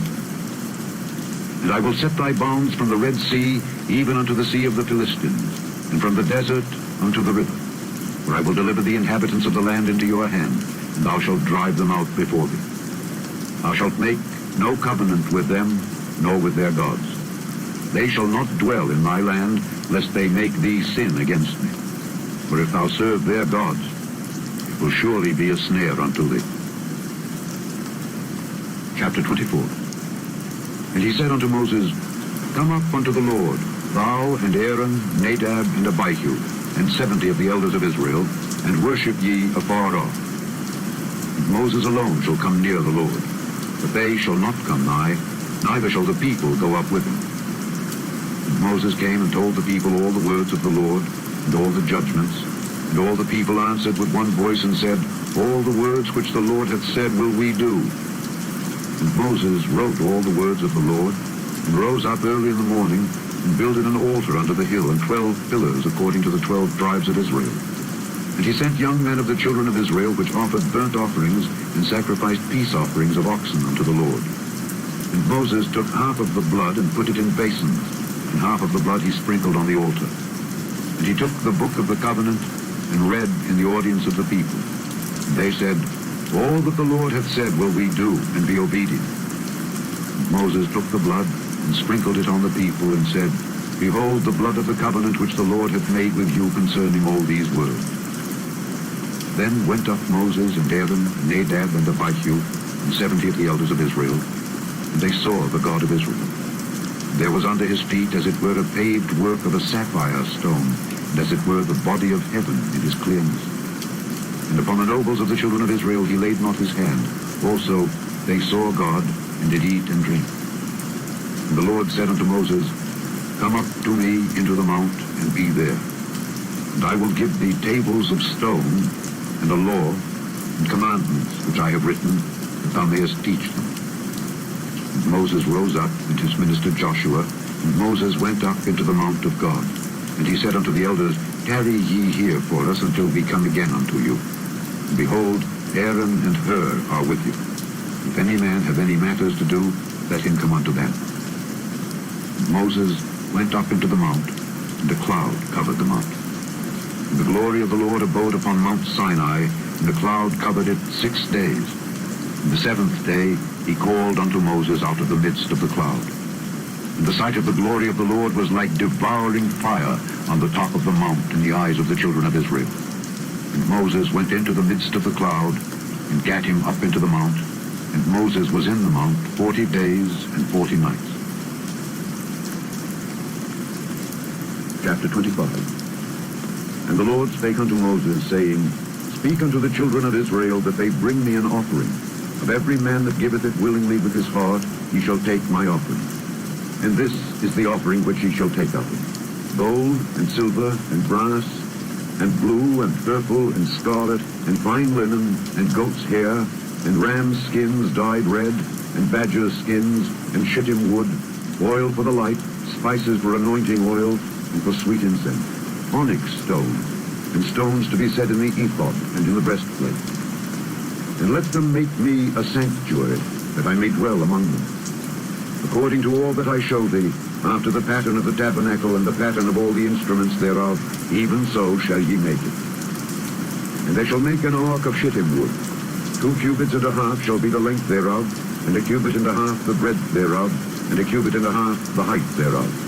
And thou shalt overlay it with pure gold. Within and without shalt thou overlay it, and shalt make upon it a crown of gold round about. And thou shalt cast 4 rings of gold for it, and put them in the 4 corners thereof. And 2 rings shall be in the one side of it, and 2 rings in the other side of it. And thou shalt make staves of shittim wood, and overlay them with gold. And thou shalt put the staves into the rings by the sides of the ark, that the ark may be borne with them. The staves shall be in the rings of the ark. They shall not be taken from it. And thou shalt put into the ark the testimony which I shall give thee. And thou shalt make a mercy seat of pure gold. 2 cubits and a half shall be the length thereof, and 1 cubit and a half the breadth thereof. And thou shalt make 2 cherubims of gold. Of beaten work shalt thou make them, in the 2 ends of the mercy seat. And make 1 cherub on the one end, and the other cherub on the other end. Even of the mercy seat shall ye make the cherubims on the 2 ends thereof. And the cherubims shall stretch forth their wings on high, covering the mercy seat with their wings, and their faces shall look one to another. Toward the mercy seat shall the faces of the cherubims be. And thou shalt put the mercy seat above upon the ark. And in the ark thou shalt put the testimony that I shall give thee.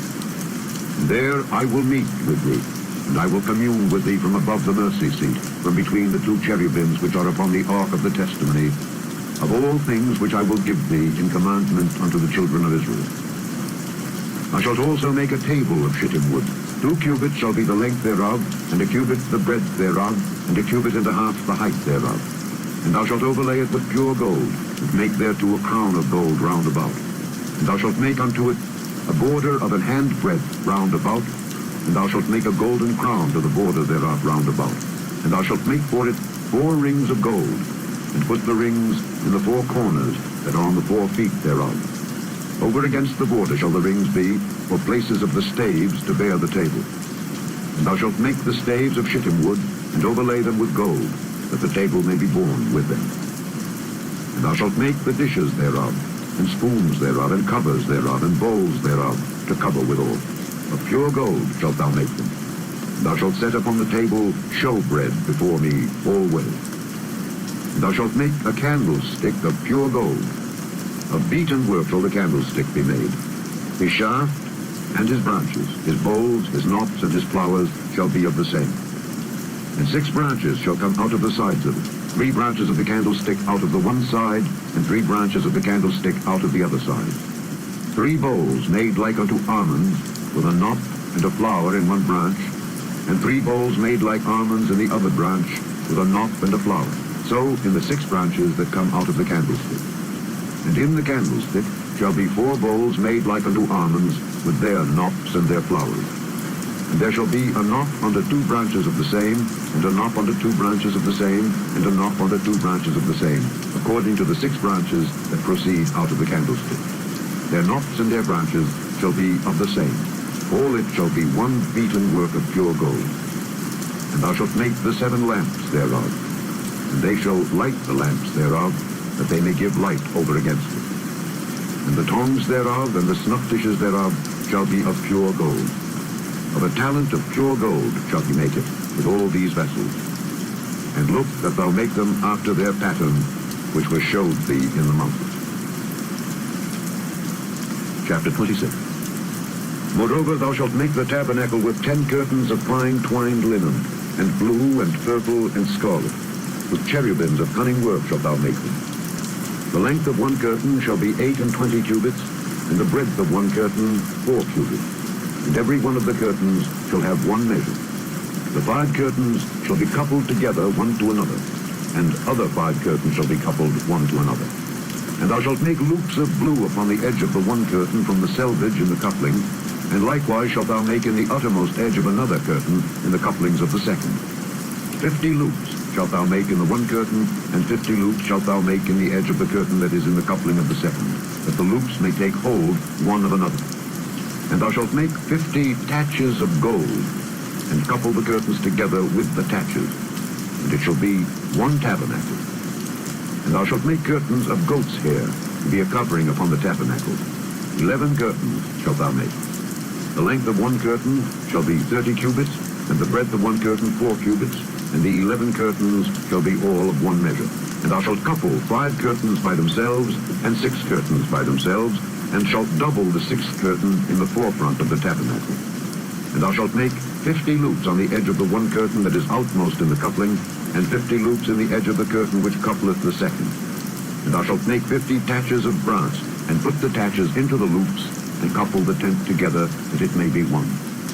And the remnant that remaineth of the curtains of the tent, the half curtain that remaineth, shall hang over the back side of the tabernacle. And a cubit on the one side, and a cubit on the other side of that which remaineth in the length of the curtains of the tent, it shall hang over the sides of the tabernacle, on this side and on that side, to cover it. And thou shalt make a covering for the tent of ram's skins dyed red, and a covering above of badger's skin. And thou shalt make boards for the tabernacle of shittim wood, standing up. 10 cubits shall be the length of a board, and a cubit and a half shall be the breadth of one board. 2 tenons shall there be in one board, set in order one against another. Thus shalt thou make for all the boards of the tabernacle. And thou shalt make the boards for the tabernacle 20 boards on the south side southward. And thou shalt make 40 sockets of silver under the 20 boards. 2 sockets under one board for his 2 tenons, and 2 sockets under another board for his 2 tenons. And for the second side of the tabernacle on the north side there shall be 20 boards, and there 40 sockets of silver, 2 sockets under one board and 2 sockets under another board.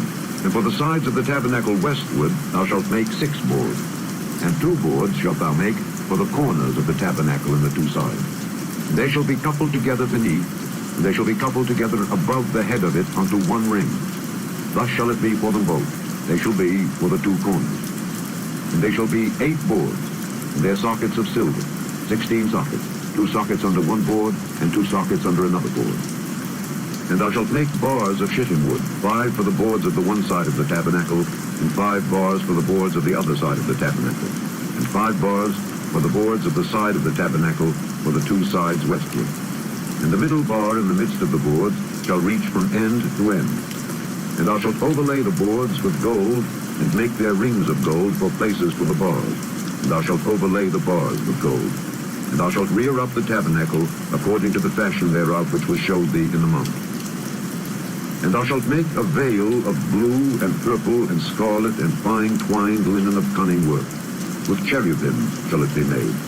And thou shalt hang it upon 4 pillars of shittim wood overlaid with gold. Their hooks shall be of gold upon the 4 sockets of silver. And thou shalt hang up the veil under the taches, that thou mayest bring in thither within the veil the ark of the testimony. And the veil shall divide unto you between the holy place and the most holy. And thou shalt put the mercy seat upon the ark of the testimony in the most holy place. And thou shalt set the table without the veil, and the candlestick over against the table on the side of the tabernacle toward the south. And thou shalt put the table on the north side. And thou shalt make an hanging for the door of the tent of blue and purple and scarlet and fine twined linen, wrought with needlework. And thou shalt make for the hanging 5 pillars of shittim wood, and overlay them with gold, and their hooks shall be of gold, and thou shalt cast 5 sockets of brass for them. Chapter 27. And thou shalt make an altar of shittim wood, 5 cubits long and 5 cubits broad. The altar shall be 4 square, and the height thereof shall be 3 cubits. And thou shalt make the horns of it upon the 4 corners thereof. His horns shall be of the same. And thou shalt overlay it with brass. And thou shalt make his pans to receive his ashes, and his shovels, and his basins, and his flesh hooks, and his fire pans. All the vessels thereof thou shalt make of brass. And thou shalt make for it a grate of network of brass. And upon the net shalt thou make 4 brazen rings in the 4 corners thereof. And thou shalt put it under the compass of the altar beneath, that the net may be even to the midst of the altar. And thou shalt make staves for the altar, staves of shittim wood, and overlay them with brass. And the staves shall be put into the rings, and the staves shall be upon the 2 sides of the altar to bear it. Hollow with boards shalt thou make it. As it was showed thee in the mount, so shall they make it. And thou shalt make the court of the tabernacle. For the south side southward there shall be hangings for the court of fine twined linen of 100 cubits long for one side. And the 20 pillars thereof, and their 20 sockets, shall be of brass. The hooks of the pillars and their fillets shall be of silver. And likewise for the north side, in length there shall be hangings of 100 cubits long, and his 20 pillars and their 20 sockets of brass, the hooks of the pillars and their fillets of silver. And for the breadth of the court on the west side shall be hangings of 50 cubits, their pillars 10, and their sockets 10. And the breadth of the court on the east side, eastward, shall be 50 cubits. The hangings of one side of the gate shall be 15 cubits, their pillars 3, and their sockets 3. And on the other side shall be hangings 15 cubits, their pillars 3, and their sockets 3. And for the gate of the court shall be an hanging of 20 cubits, of blue and purple and scarlet and fine twined linen wrought with needlework. And their pillars shall be 4, and their sockets 4. All the pillars round about the court shall be filleted with silver. Their hooks shall be of silver, and their sockets of brass. The length of the court shall be 100 cubits, and the breadth 50 everywhere, and the height 5 cubits of fine twined linen, and their sockets of brass. All the vessels of the tabernacle, and all the service thereof, and all the pins thereof, and all the pins of the cord, shall be of brass. And thou shalt command the children of Israel that they bring thee pure oil olive beaten for the light, to cause the lamp to burn always. In the tabernacle of the congregation, without the veil which is before the testimony, Aaron and his sons shall order it from evening to morning before the Lord. It shall be a statute forever unto their generations on the behalf of the children of Israel. Chapter 28. And take thou unto thee Aaron thy brother and his sons with him from among the children of Israel, that he may minister unto me in the priest's office, even Aaron, Nadab, and Abihu, Eleazar, and Ithamar, Aaron's sons. And thou shalt make holy garments for Aaron thy brother, for glory and for beauty. And thou shalt speak unto all that are wise-hearted, whom I have filled with the spirit of wisdom, that they may make Aaron's garments to consecrate him, that he may minister unto me in the priest's office. And these are the garments which they shall make: a breastplate, and an ephod, and a robe, and a broidered coat, a mitre, and a girdle. And they shall make holy garments for Aaron thy brother and his sons, that he may minister unto me in the priest's office. And they shall take gold, and blue, and purple, and scarlet, and fine linen. And they shall make the ephod of gold, of blue, and of purple, of scarlet, and fine twined linen with cunning work. It shall have the 2 shoulder pieces thereof joined at the 2 edges thereof, and so it shall be joined together. And the curious girdle of the ephod which is upon it shall be of the same, according to the work thereof, even of gold, of blue, and purple, and scarlet, and fine twined linen. And thou shalt take 2 onyx stones, and grave on them the names of the children of Israel, 6 of their names on one stone, and the other 6 names of the rest on the other stone, according to their birth. With the work of an engraver in stone, like the engravings of a signet, shalt thou engrave the 2 stones with the names of the children of Israel. Thou shalt make them to be set in ouches of gold. And thou shalt put the 2 stones upon the shoulders of the ephod for stones of memorial unto the children of Israel. And Aaron shall bear their names before the Lord upon his 2 shoulders for a memorial. And thou shalt make ouches of gold, and 2 chains of pure gold at the end. Of wreathen work shalt thou make them, and fasten the wreathen chains to the ouches. And thou shalt make the breastplate of judgment with cunning work. After the work of the ephod thou shalt make it. Of gold, of blue, and of purple, and of scarlet, and of fine twined linen shalt thou make it. 4 square it shall be, being doubled. The span shall be the length thereof, and the span shall be the breadth thereof. And thou shalt set in it settings of stone, even 4 rows of stones. The first row shall be a sardius, a topaz, and a carbuncle. This shall be the first row. And the second row shall be an emerald, a sapphire, and a diamond. And the third row, a ligure, an agate, and an amethyst. And the fourth row, a beryl, and an onyx, and a jasper. They shall be set in gold in their enclosing. And the stones shall be with the names of the children of Israel, 12 according to their names, like the engravings of a signet. Every one with his name shall they be according to the 12 tribes. And thou shalt make upon the breastplate chains at the ends of wreathen work of pure gold. And thou shalt make upon the breastplate 2 rings of gold, and shalt put the 2 rings on the 2 ends of the breastplate. And thou shalt put the 2 wreathen chains of gold in the 2 rings, which are on the ends of the breastplate. And the other 2 ends of the 2 wreathen chains thou shalt fasten in the 2 ouches, and put them on the shoulder pieces of the ephod before it.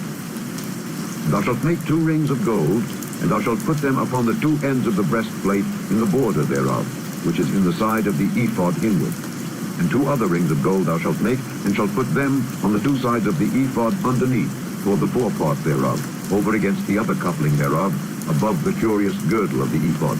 And they shall bind the breastplate by the rings thereof unto the rings of the ephod, with a lace of blue, that it may be above the curious girdle of the ephod, and that the breastplate be not loosed from the ephod. And Aaron shall bear the names of the children of Israel in the breastplate of judgment upon his heart, when he goeth in unto the holy place, for a memorial before the Lord continually. And thou shalt put in the breastplate of judgment the Urim and the Thummim, and they shall be upon Aaron's heart when he goeth in before the Lord. And Aaron shall bear the judgment of the children of Israel upon his heart before the Lord continually. And thou shalt make the robe of the ephod all of blue, and there shall be an hole in the top of it in the midst thereof. It shall have a binding of woven work round about the whole of it, as it were the whole of an habergeon, that it be not rent. And beneath upon the hem of it thou shalt make pomegranates of blue, and of purple, and of scarlet, round about the hem thereof, and bells of gold between them round about, a golden bell and a pomegranate, a golden bell and a pomegranate, upon the hem of the robe round about. And it shall be upon Aaron to minister. And his sound shall be heard when he goeth in unto the holy place before the Lord, and when he cometh out, that he die not. And thou shalt make a plate of pure gold, and grave upon it, like the engravings of a signet, holiness to the Lord. And thou shalt put it on a blue lace, that it may be upon the mitre, upon the forefront of the mitre it shall be. And it shall be upon Aaron's forehead, that Aaron may bear the iniquity of the holy things which the children of Israel shall hallow in all their holy gifts. And it shall be always upon his forehead, that they may be accepted before the Lord. And thou shalt embroider the coat of fine linen, and thou shalt make the mitre of fine linen, and thou shalt make the girdle of needlework. And for Aaron's sons thou shalt make coats, and thou shalt make for them girdles, and bonnets shalt thou make for them, for glory and for beauty. And thou shalt put them upon Aaron thy brother, and his sons with him, and shalt anoint them, and consecrate them, and sanctify them, that they may minister unto me in the priest's office. And thou shalt make them linen breeches to cover their nakedness. From the loins even unto the thighs they shall reach. And they shall be upon Aaron and upon his sons, when they come in unto the tabernacle of the congregation, or when they come near unto the altar to minister in the holy place, that they bear not iniquity and die. It shall be a statute forever unto him and his seed after him. Chapter 29. And this is the thing that thou shalt do unto them to hallow them, to minister unto me in the priest's office. Take 1 young bullock, and 2 rams without blemish, and unleavened bread, and cakes unleavened tempered with oil, and wafers unleavened anointed with oil. Of wheat and flour shalt thou make them. And thou shalt put them into 1 basket, and bring them in the basket, with the bullock and the 2 rams. And Aaron and his sons thou shalt bring unto the door of the tabernacle of the congregation, and shalt wash them with water. And thou shalt take the garments, and put upon Aaron the coat, and the robe of the ephod, and the ephod, and the breastplate, and gird him with the curious girdle of the ephod. And thou shalt put the mitre upon his head, and put the holy crown upon the mitre. Then shalt thou take the anointing oil, and pour it upon his head, and anoint him. And thou shalt bring his sons, and put coats upon them. And thou shalt gird them with girdles, Aaron and his sons, and put the bonnets on them. And the priest's office shall be theirs for a perpetual statute. And thou shalt consecrate Aaron and his sons. And thou shalt cause a bullock to be brought before the tabernacle of the congregation. And Aaron and his sons shall put their hands upon the head of the bullock.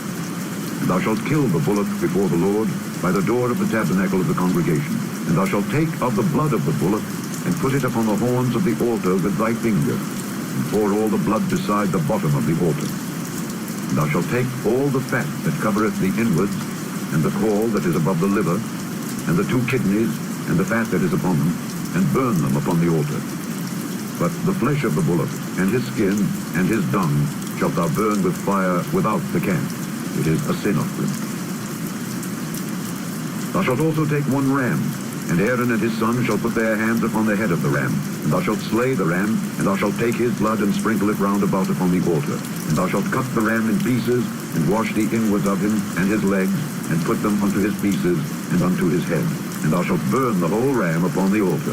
It is a burnt offering unto the Lord. It is a sweet savor, an offering made by fire unto the Lord. And thou shalt take the other ram, and Aaron and his sons shall put their hands upon the head of the ram. Then shalt thou kill the ram, and take of his blood, and put it upon the tip of the right ear of Aaron, and upon the tip of the right ear of his sons, and upon the thumb of their right hand, and upon the great toe of their right foot, and sprinkle the blood upon the altar round about.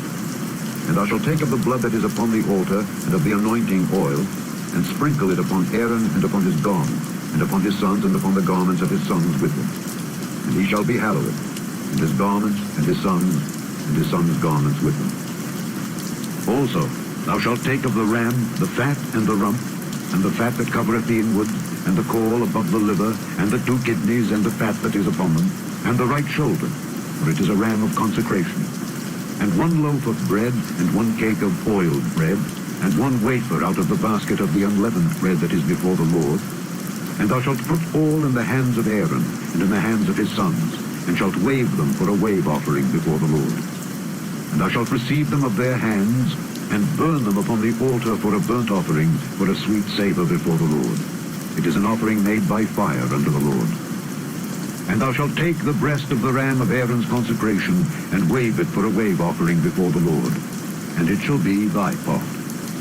And thou shalt sanctify the breast of the wave offering, and the shoulder of the heave offering, which is waved, and which is heaved up of the ram of the consecration, even of that which is for Aaron, and of that which is for his sons.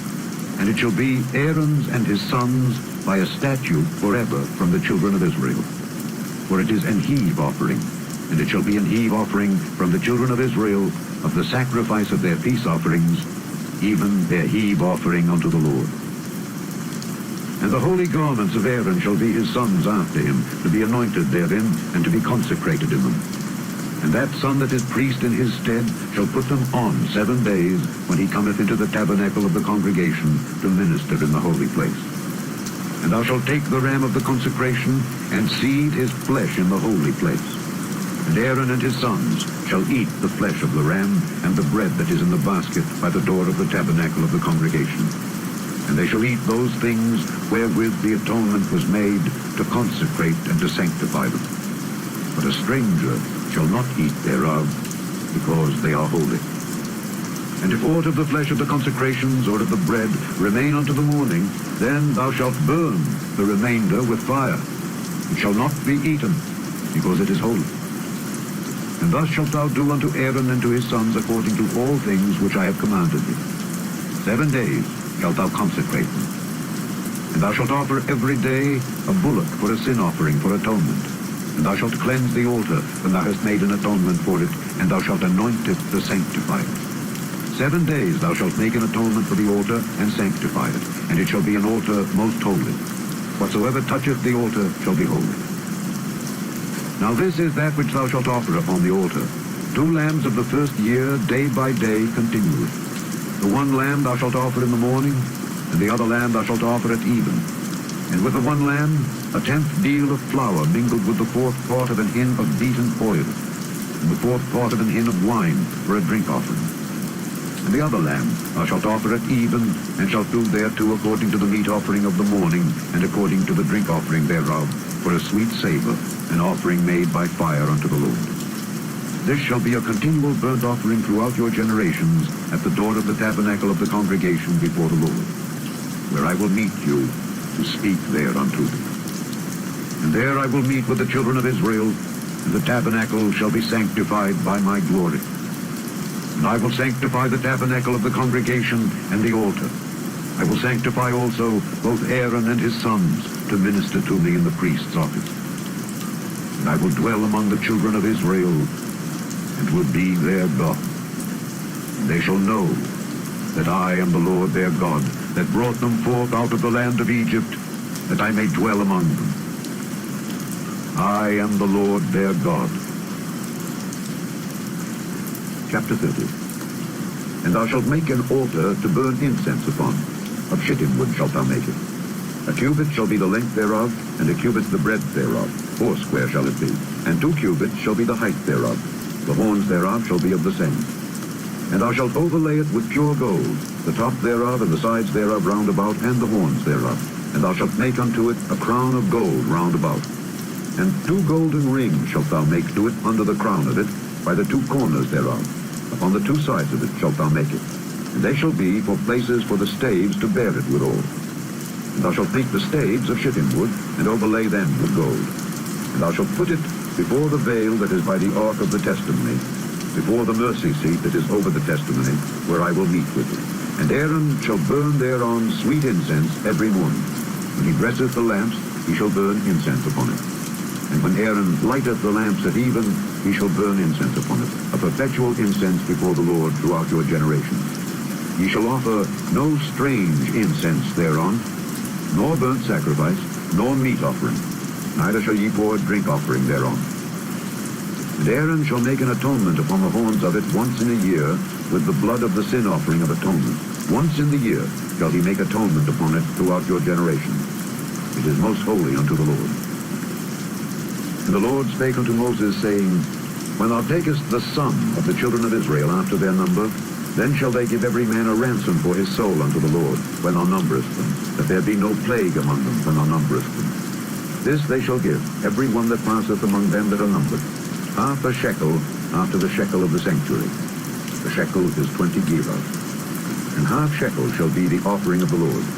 Every one that passeth among them that are numbered from 20 years old and above shall give an offering unto the Lord.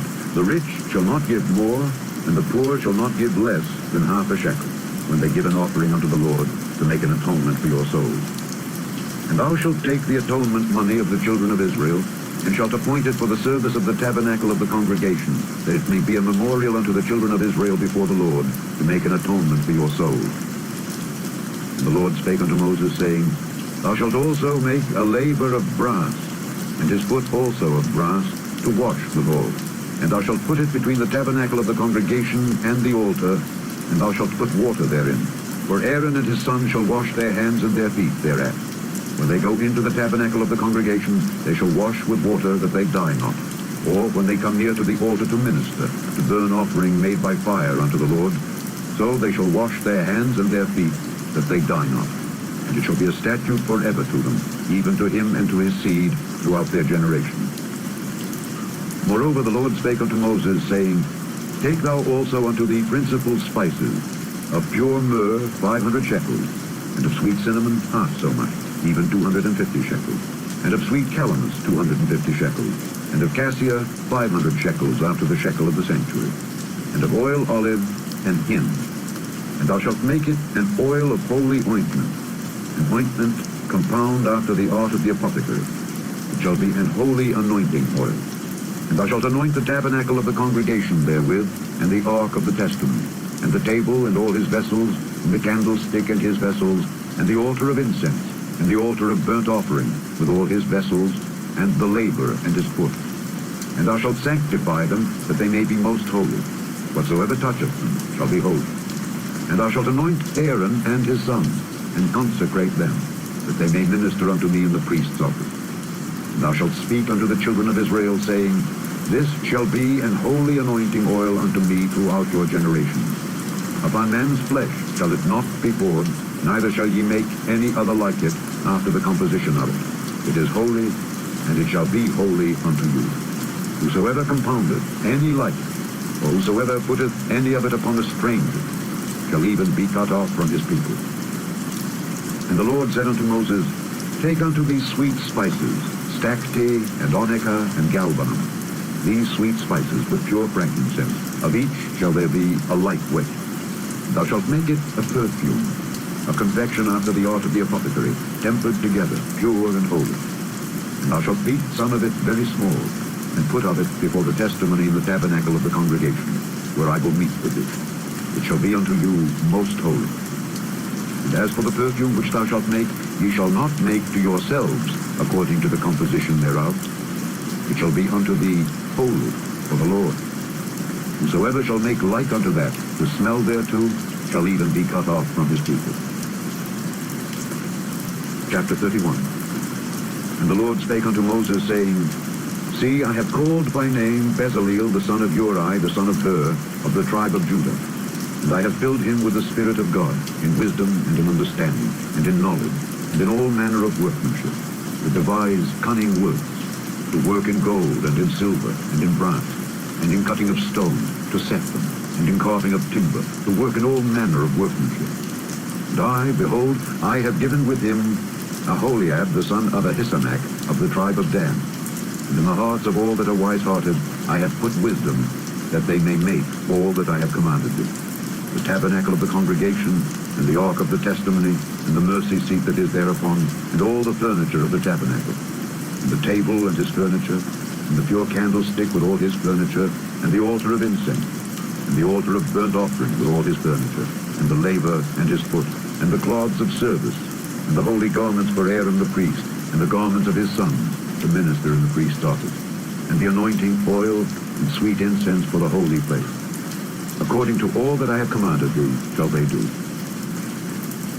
And the Lord spake unto Moses, saying, Speak thou also unto the children of Israel, saying, Verily my Sabbaths ye shall keep, for it is a sign between me and you throughout your generations, that ye may know that I am the Lord that doth sanctify you. Ye shall keep the Sabbath therefore, for it is holy unto you. Every one that defileth it shall surely be put to death. For whosoever doeth any work therein, that soul shall be cut off from among his people. 6 days may work be done, but in the seventh is the Sabbath of rest, holy to the Lord. Whosoever doeth any work in the Sabbath day, he shall surely be put to death. Wherefore the children of Israel shall keep the Sabbath, to observe the Sabbath throughout their generations, for a perpetual covenant. It is a sign between me and the children of Israel forever. For in 6 days the Lord made heaven and earth, and on the seventh day he rested and was refreshed.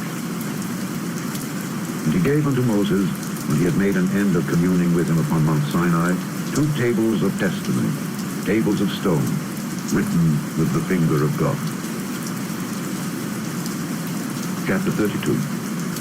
And when the people saw that Moses delayed to come down out of the mount, the people gathered themselves together unto Aaron, and said unto him, Up, make us gods which shall go before us. For as for this Moses, the man that brought us up out of the land of Egypt, we wot not what is become of him. And Aaron said unto them, Break off the golden earrings which are in the ears of your wives, of your sons, and of your daughters, and bring them unto me. And all the people brake off the golden earrings which were in their ears, and brought them unto Aaron. And he received them at their hand, and fashioned it with a graving tool, after he had made it a molten calf. And they said, These be thy gods, O Israel, which brought thee up out of the land of Egypt. And when Aaron saw it, he built an altar before it. And Aaron made proclamation and said, Tomorrow is a feast to the Lord. And they rose up early on the morrow, and offered burnt offerings, and brought peace offerings. And the people sat down to eat and to drink, and rose up to play. And the Lord said unto Moses, Go, get thee down, for thy people which thou broughtest out of the land of Egypt have corrupted themselves. They have turned aside quickly out of the way which I commanded them. They have made them a molten calf, and have worshipped it, and have sacrificed thereunto, and said, These be thy gods, O Israel, which have brought thee up out of the land of Egypt. And the Lord said unto Moses, I have seen this people, and behold, it is a stiff-necked people. Now therefore, let me alone, that my wrath may wax hot against them, and that I may consume them. And I will make of thee a great nation. And Moses besought the Lord his God, and said, Lord, why doth thy wrath wax hot against thy people, which thou hast brought forth out of the land of Egypt with great power and with a mighty hand? Wherefore should the Egyptians speak and say, For mischief did he bring them out, to slay them in the mountains, and to consume them from the face of the earth? Turn from thy fierce wrath, and repent of this evil against thy people. Remember Abraham, Isaac, and Israel, thy servants, to whom thou swearest by thine own self, and saidst unto them, I will multiply your seed as the stars of heaven. And all this land that I have spoken of will I give unto your seed, and they shall inherit it forever. And the Lord repented of the evil which he thought to do unto his people. And Moses turned and went down from the mount, and the 2 tables of the testimony were in his hand. The tables were written on both their sides. On the one side and on the other were they written. And the tables were the work of God, and the writing was the writing of God, graven upon the tables. And when Joshua heard the noise of the people as they shouted, he said unto Moses, There is a noise of war in the camp. And he said, It is not the voice of them that shout for mastery, neither is it the voice of them that cry for being overcome, but the noise of them that sing do I hear. And it came to pass, as soon as he came nigh unto the camp, that he saw the calf and the dancing. And Moses' anger waxed hot, and he cast the tables out of his hands, and brake them beneath the mount. And he took the calf which they had made, and burnt it in the fire, and ground it to powder, and strawed it upon the water, and made the children of Israel drink of it. And Moses said unto Aaron, What did this people unto thee, that thou hast brought so great a sin upon them? And Aaron said, Let not the anger of my Lord wax hot. Thou knowest the people that they are set on mischief. For they said unto me, Make us gods which shall go before us. For as for this Moses, the man that brought us up out of the land of Egypt, we wot not what is become of him. And I said unto them, Whosoever had any gold, let them break it off. So they gave it me. Then I cast it into the fire, and there came out this calf. And when Moses saw that the people were naked, for Aaron had made them naked unto their shame among their enemies, then Moses stood in the gate of the camp and said, Who is on the Lord's side? Let him come unto me. And all the sons of Levi gathered themselves together unto him. And he said unto them, Thus saith the Lord God of Israel, Put every man his sword by his side, and go in and out from gate to gate throughout the camp, and slay every man his brother, and every man his companion, and every man his neighbor. And the children of Levi did according to the word of Moses, and there fell of the people that day about 3,000 men. For Moses had said, Consecrate yourselves today to the Lord, even every man upon his son and upon his brother, that he may bestow upon you a blessing this day. And it came to pass on the morrow that Moses said unto the people, Ye have sinned a great sin, and now I will go up unto the Lord. Peradventure I shall make an atonement for your sin. And Moses returned unto the Lord and said, Oh, this people have sinned a great sin, and have made them gods of gold. Yet now, if thou wilt, forgive their sin. And if not, blot me, I pray thee, out of thy book which thou hast written. The Lord said unto Moses, Whosoever hath sinned against me, him will I blot out of my book. Therefore now go, lead the people unto the place of which I have spoken unto thee. Behold, mine angel shall go before thee. Nevertheless, in the day when I visit, I will visit their sin upon them. And the Lord plagued the people because they made the calf which Aaron made. Chapter 33. And the Lord said unto Moses, Depart and go up hence, thou and the people which thou hast brought up out of the land of Egypt, unto the land which I swear unto Abraham, to Isaac, and to Jacob, saying, Unto thy seed will I give it. And I will send an angel before thee, and I will drive out the Canaanite, the Amorite, and the Hittite, and the Perizzite, the Hivite, and the Jebusite, unto a land flowing with milk and honey. For I will not go up in the midst of thee. Thou art a stiff-necked people, lest I consume thee in the way. And when the people heard these evil tidings, they mourned, and no man did put on him his ornament. For the Lord had said unto Moses, Say unto the children of Israel, Ye are a stiff-necked people. I will come up into the midst of thee in a moment and consume thee. Therefore now put off thy ornaments from thee, that I may know what to do unto thee. And the children of Israel stripped themselves of their ornaments by the Mount Horeb. And Moses took the tabernacle, and pitched it without the camp, afar off from the camp, and called it the tabernacle of the congregation. And it came to pass, that every one which sought the Lord went out unto the tabernacle of the congregation, which was without the camp. And it came to pass, when Moses went out unto the tabernacle, that all the people rose up, and stood every man at his tent door, and looked after Moses, until he was gone into the tabernacle. And it came to pass, as Moses entered into the tabernacle, the cloudy pillar descended, and stood at the door of the tabernacle, and the Lord talked with Moses. And all the people saw the cloudy pillar stand at the tabernacle door, and all the people rose up and worshipped, every man in his tent door. And the Lord spake unto Moses face to face, as a man speaketh unto his friend. And he turned again into the camp. But his servant Joshua, the son of Nun, the young man, departed not out of the tabernacle. And Moses said unto the Lord, See, thou sayest unto me, Bring up this people, and thou hast not let me know whom thou wilt send with me.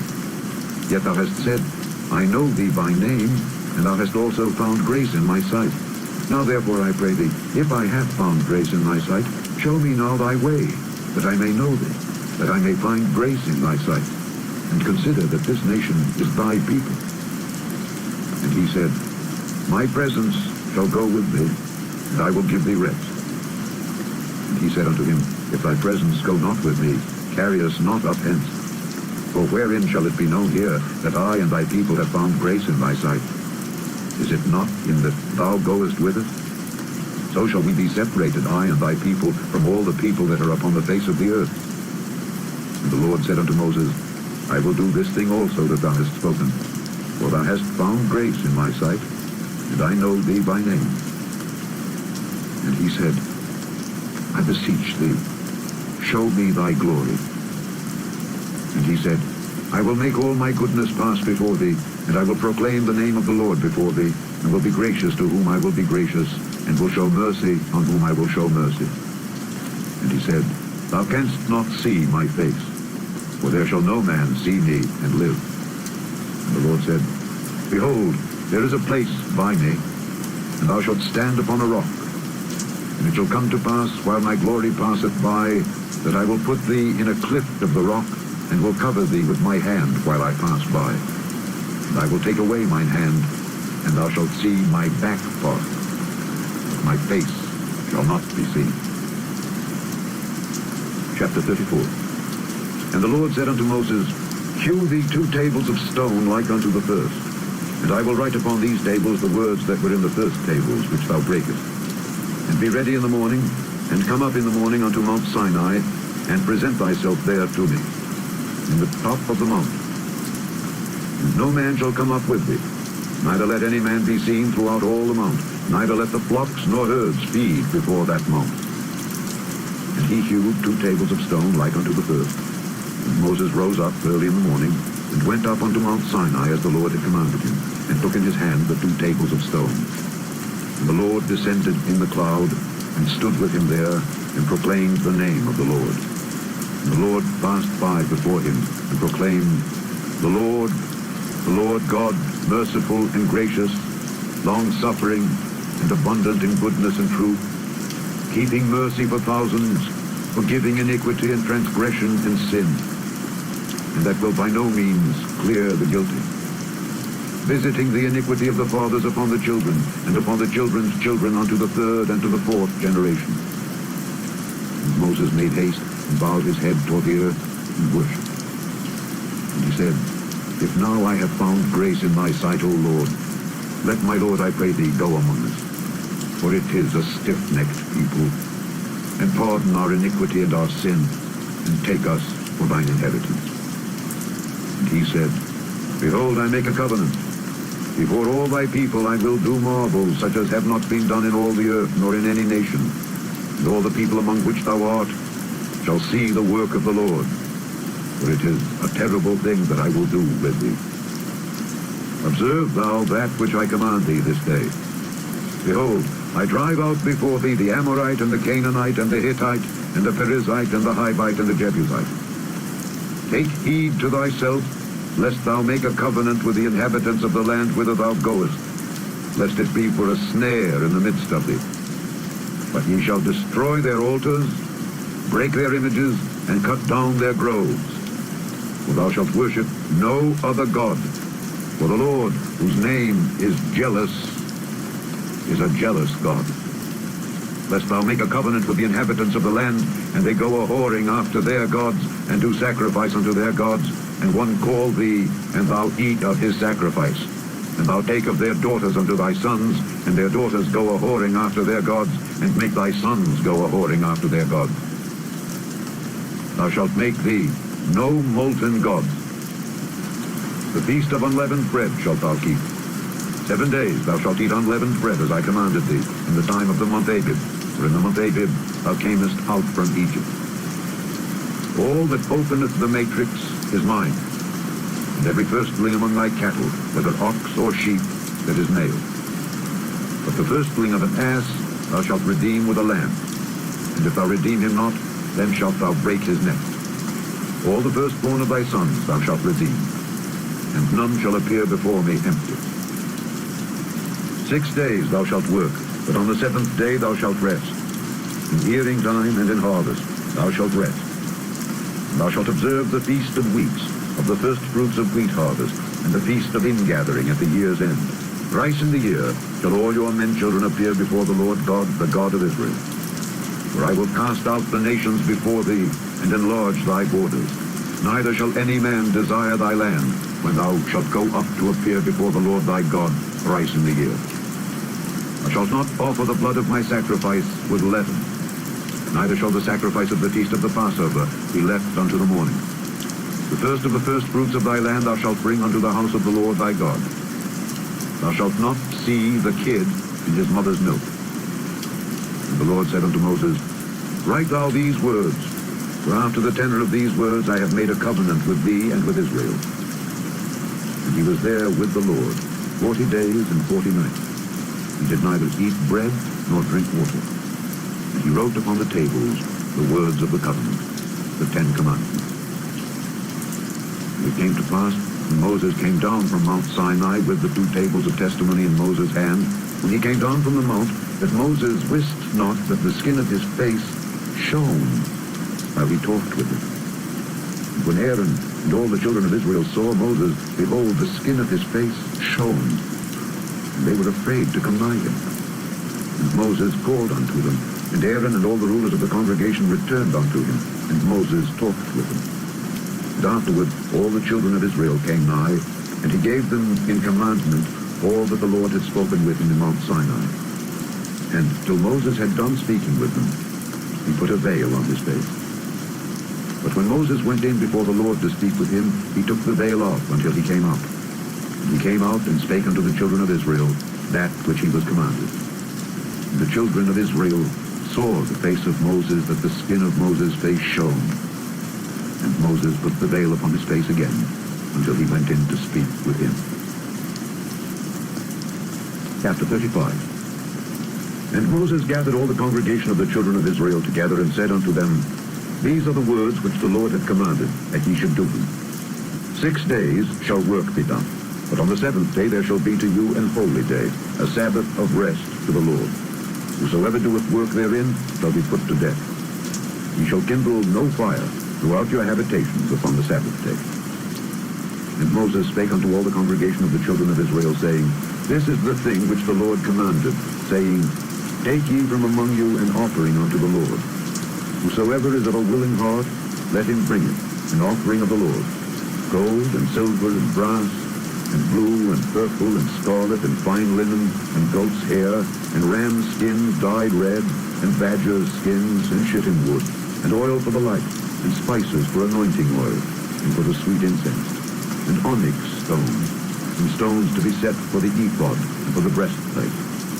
And every wise-hearted among you shall come and make all that the Lord hath commanded: the tabernacle, his tent, and his covering, his taches, and his boards, his bars, his pillars, and his sockets, the ark, and the staves thereof, with the mercy seat, and the veil of the covering, the table, and his stave, and all his vessels, and the showbread, the candlestick also for the light, and his furniture, and his lamps, with the oil for the light, and the incense altar, and his staves, and the anointing oil, and the sweet incense, and the hanging for the door at the entering in of the tabernacle, the altar of burnt offering with his brazen grate, his staves and all his vessels, the laver and his foot, the hangings of the court, his pillars and their sockets, and the hanging for the door of the court, the pins of the tabernacle and the pins of the court and their cords, the cloths of service to do service in the holy place, the holy garments for Aaron the priest, and the garments of his sons to minister in the priest's office.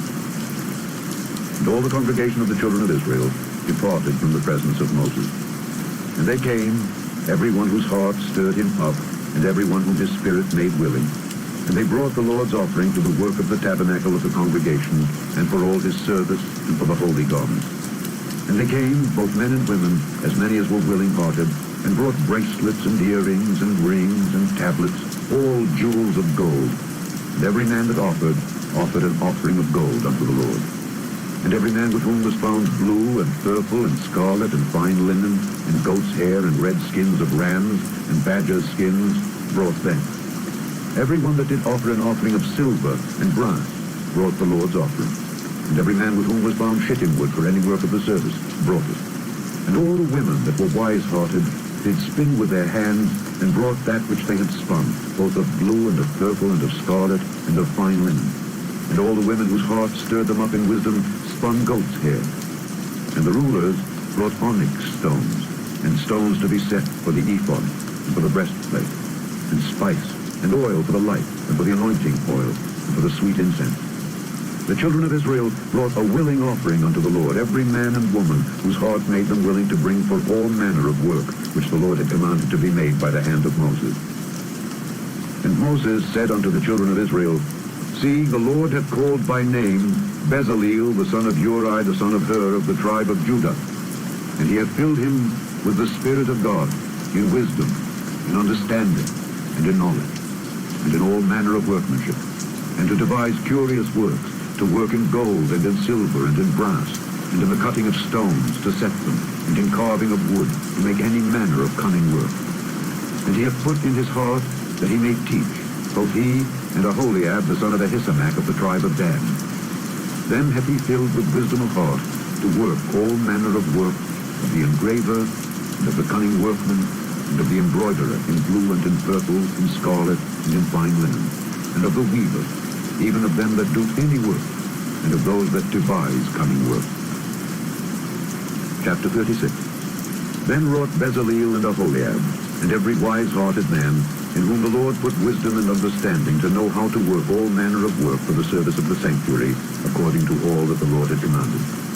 And Moses called Bezaleel and Aholiab, and every wise-hearted man, in whose heart the Lord had put wisdom, even every one whose heart stirred him up to come unto the work to do it.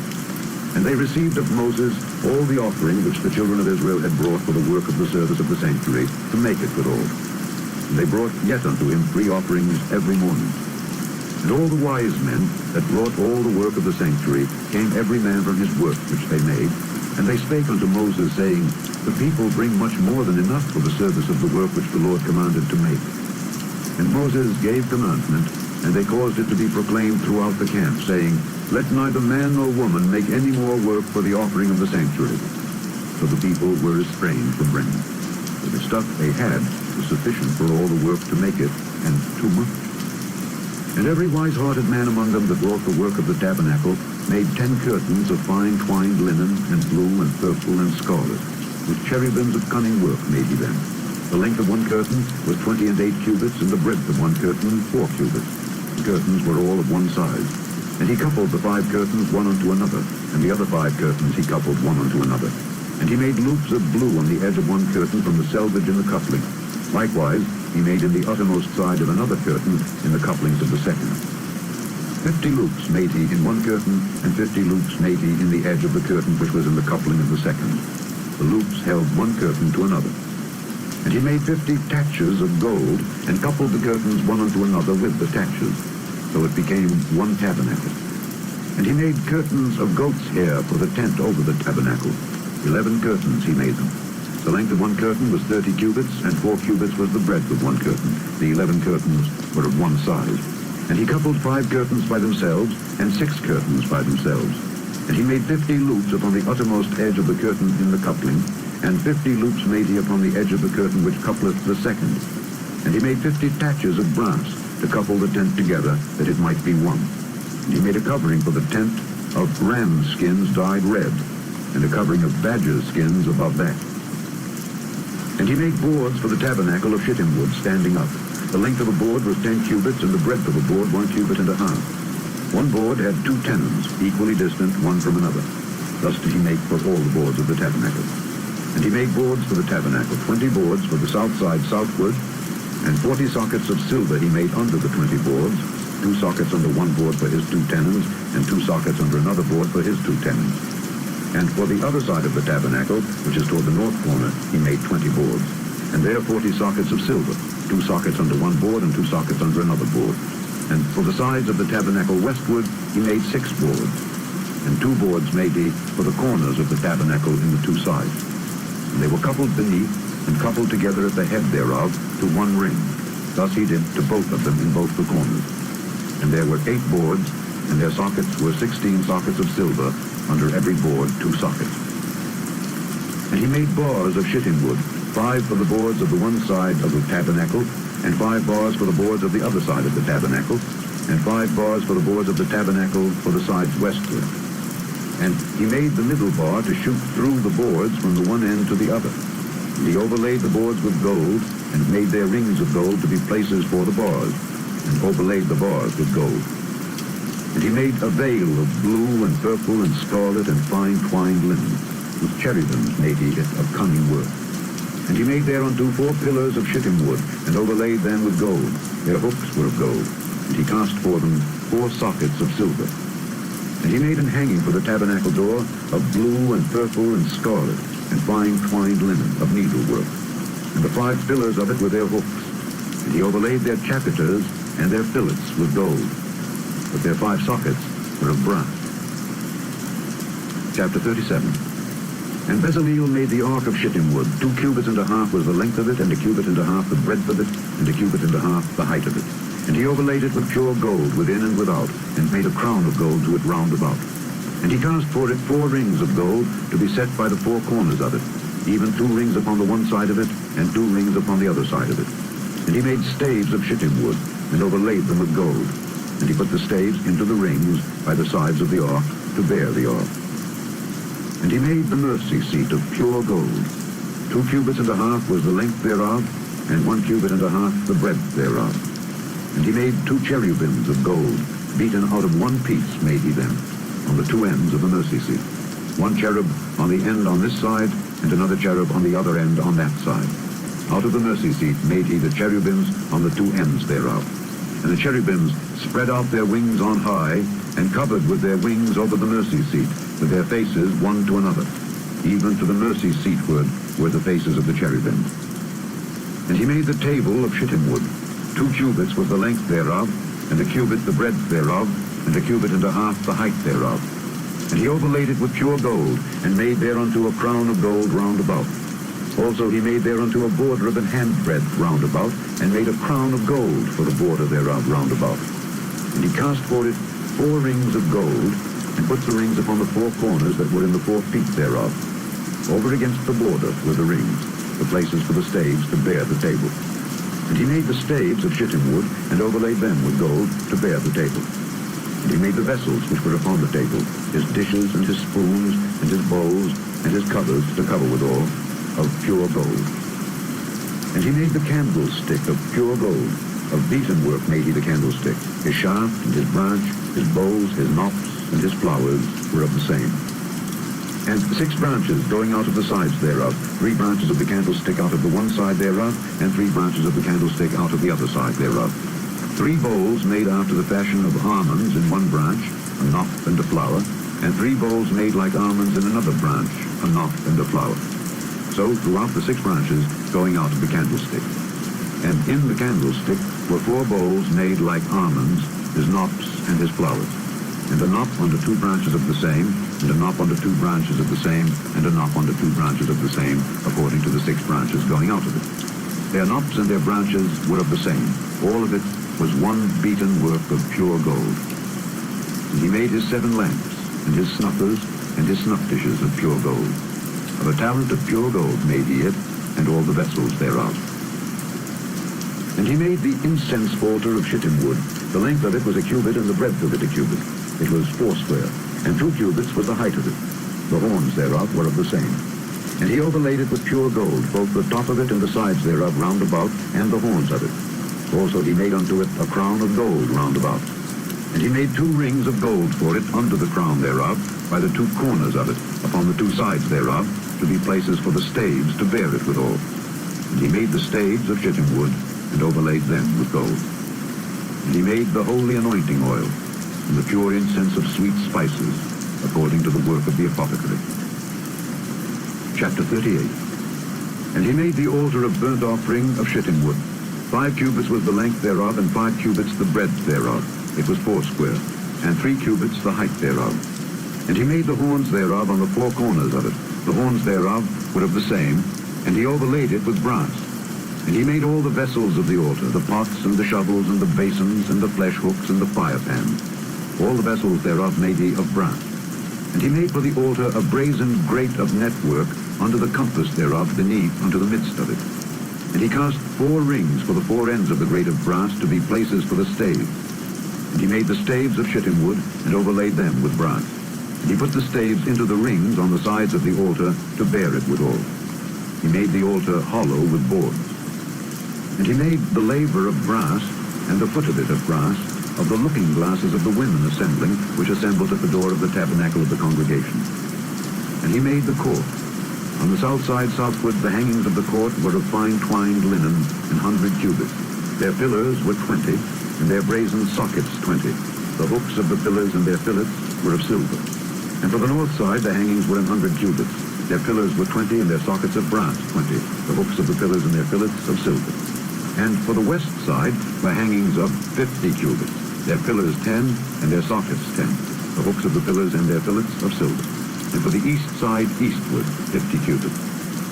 The hangings of the one side of the gate were 15 cubits, their pillars 3, and their sockets 3. And for the other side of the court gate, on this hand and that hand, were hangings of 15 cubits, their pillars 3, and their sockets 3. All the hangings of the court round about were of fine twined linen. And the sockets for the pillars were of brass, the hooks of the pillars and their fillets of silver, and the overlaying of their chapiters of silver. And all the pillars of the court were filleted with silver.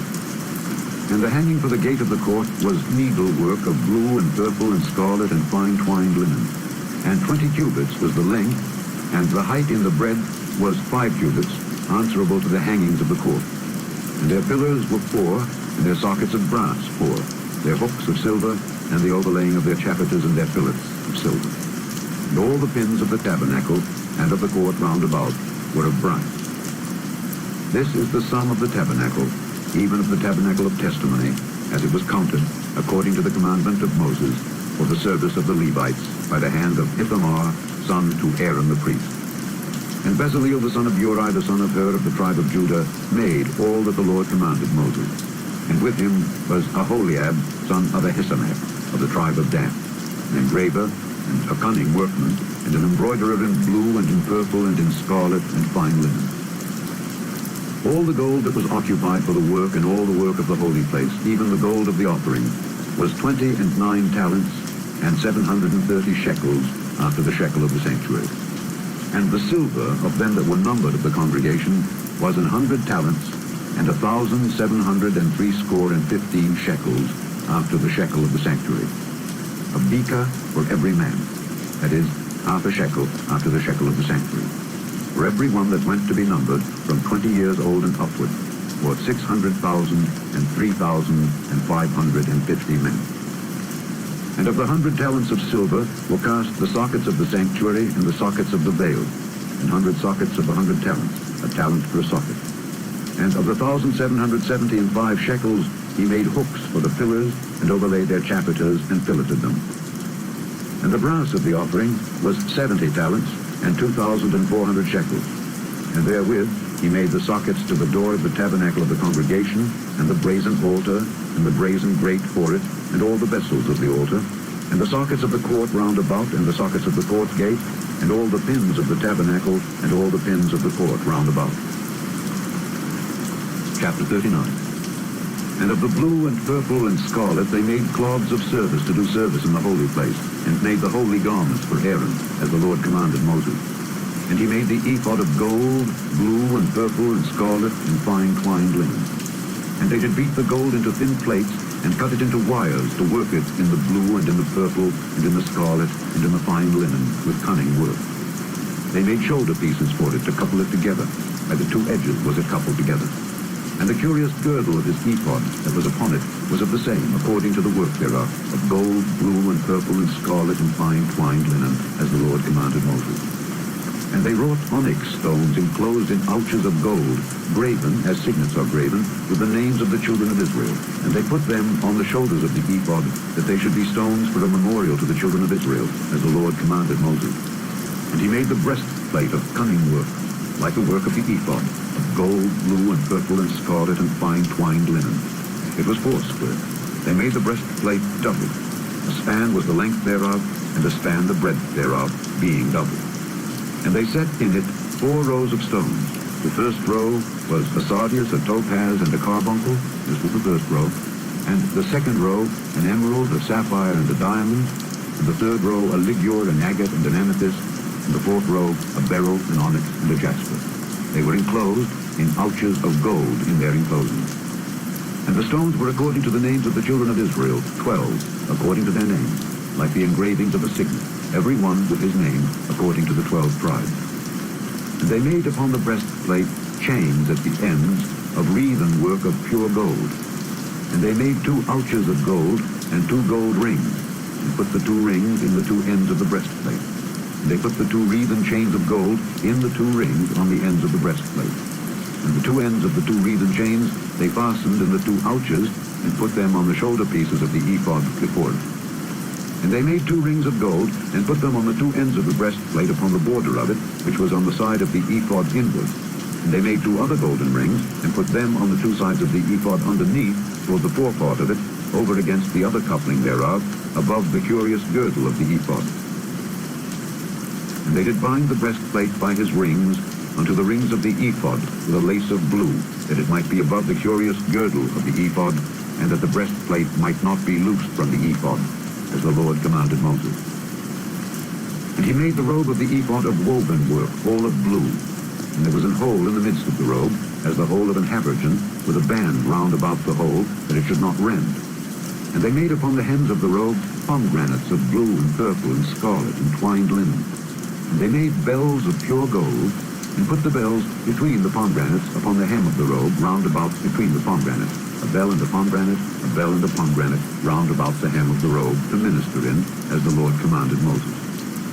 And they made coats of fine linen of woven work for Aaron and for his sons, and a mitre of fine linen, and goodly bonnets of fine linen, and linen breeches of fine twined linen, and a girdle of fine twined linen, and blue and purple and scarlet of needlework, as the Lord commanded Moses. And they made the plate of the holy crown of pure gold, and wrote upon it a writing like to the engravings of a signet, Holiness to the Lord. And they tied unto it a lace of blue, to fasten it on high upon the mitre, as the Lord commanded Moses. Thus was all the work of the tabernacle of the tent of the congregation finished. And the children of Israel did according to all that the Lord commanded Moses, so did they. And they brought the tabernacle unto Moses, the tent and all his furniture, his tatches, his boards, his bars, and his pillars, and his sockets, and the covering of ram skins dyed red, and the covering of badger skins, and the veil of the covering, the ark of the testimony, and the staves thereof, and the mercy seat, the table and all the vessels thereof, and the showbread, the pure candlestick with the lamps thereof, even with the lamps to be set in order, and all the vessels thereof, and the oil for light, and the golden altar, and the anointing oil, and the sweet incense, and the hanging for the tabernacle door, the brazen altar and his grate of brass, his staves and all his vessels, the laver and his foot, the hangings of the court, his pillars and his sockets, and the hanging for the court gate, his cords and his pins, and all the vessels of the service of the tabernacle, for the tent of the congregation, the cloths of service to do service in the holy place, and the holy garments for Aaron the priest and his sons' garments to minister in the priest's office, according to all that the Lord commanded Moses. So the children of Israel made all the work. And Moses did look upon all the work, and behold, they had done it as the Lord had commanded. Even so had they done it. And Moses blessed them. Chapter 40. And the Lord spake unto Moses, saying, On the first day of the first month shalt thou set up the tabernacle of the tent of the congregation. And thou shalt put therein the ark of the testimony, and cover the ark with the veil. And thou shalt bring in the table, and set in order the things that are to be set in order upon it. And thou shalt bring in the candlestick, and light the lamps thereof. And thou shalt set the altar of gold for the incense before the ark of the testimony, and put the hanging of the door to the tabernacle. And thou shalt set the altar of the burnt offering before the door of the tabernacle of the tent of the congregation. And thou shalt set the laver between the tent of the congregation and the altar, and shalt put water therein. And thou shalt set up the court round about, and hang up the hanging at the court gate. And thou shalt take the anointing oil, and anoint the tabernacle, and all that is therein, and shalt hallow it, and all the vessels thereof, and it shall be holy. And thou shalt anoint the altar of the burnt offering, and all his vessels, and sanctify the altar, and it shall be an altar most holy. And thou shalt anoint the laver and his foot, and sanctify it. And thou shalt bring Aaron and his sons unto the door of the tabernacle of the congregation, and wash them with water. And thou shalt put upon Aaron the holy garments, and anoint him, and sanctify him, that he may minister unto me in the priest's office. And thou shalt bring his sons, and clothe them with coats. And thou shalt anoint them, as thou didst anoint their father, that they may minister unto me in the priest's office. For their anointing shall surely be an everlasting priesthood throughout their generations. Thus did Moses. According to all that the Lord commanded him, so did he. And it came to pass in the first month, in the second year, on the first day of the month, that the tabernacle was reared up. And Moses reared up the tabernacle, and fastened his sockets, and set up the boards thereof, and put in the bars thereof, and reared up his pillars. And he spread abroad the tent over the tabernacle, and put the covering of the tent above upon it, as the Lord commanded Moses. And he took and put the testimony into the ark, and set the staves on the ark, and put the mercy seat above upon the ark. And he brought the ark into the tabernacle, and set up the veil of the covering, and covered the ark of the testimony, as the Lord commanded Moses. And he put the table in the tent of the congregation upon the side of the tabernacle northward, without the veil. And he set the bread in order upon it before the Lord, as the Lord had commanded Moses. And he put the candlestick in the tent of the congregation over against the table on the side of the tabernacle southward. And he lighted the lamps before the Lord, as the Lord commanded Moses. And he put the golden altar in the tent of the congregation before the veil. And he burnt sweet incense thereon, as the Lord commanded Moses. And he set up the hanging at the door of the tabernacle. And he put the altar of burnt offering by the door of the tabernacle of the tent of the congregation, and offered upon it the burnt offering and the meat offering, as the Lord commanded Moses. And he set the laver between the tent of the congregation and the altar, and put water there to wash withal. Moses and Aaron and his sons washed their hands and their feet thereat. And they went into the tent of the congregation, and when they came near unto the altar, they washed, as the Lord commanded Moses. And he reared up the court round about the tabernacle and the altar, and set up the hanging of the court gate. So Moses finished the work. Then a cloud covered the tent of the congregation, and the glory of the Lord filled the tabernacle. And Moses was not able to enter into the tent of the congregation, because the cloud abode thereon, and the glory of the Lord filled the tabernacle. And when the cloud was taken up from over the tabernacle, the children of Israel went onward in all their journey. But if the cloud were not taken up, then they journeyed not until the day that it was taken up. For the cloud of the Lord was upon the tabernacle by day, and fire was on it by night, in the sight of all the house of Israel, throughout all their journey. The end of the second book of Moses, called Exodus.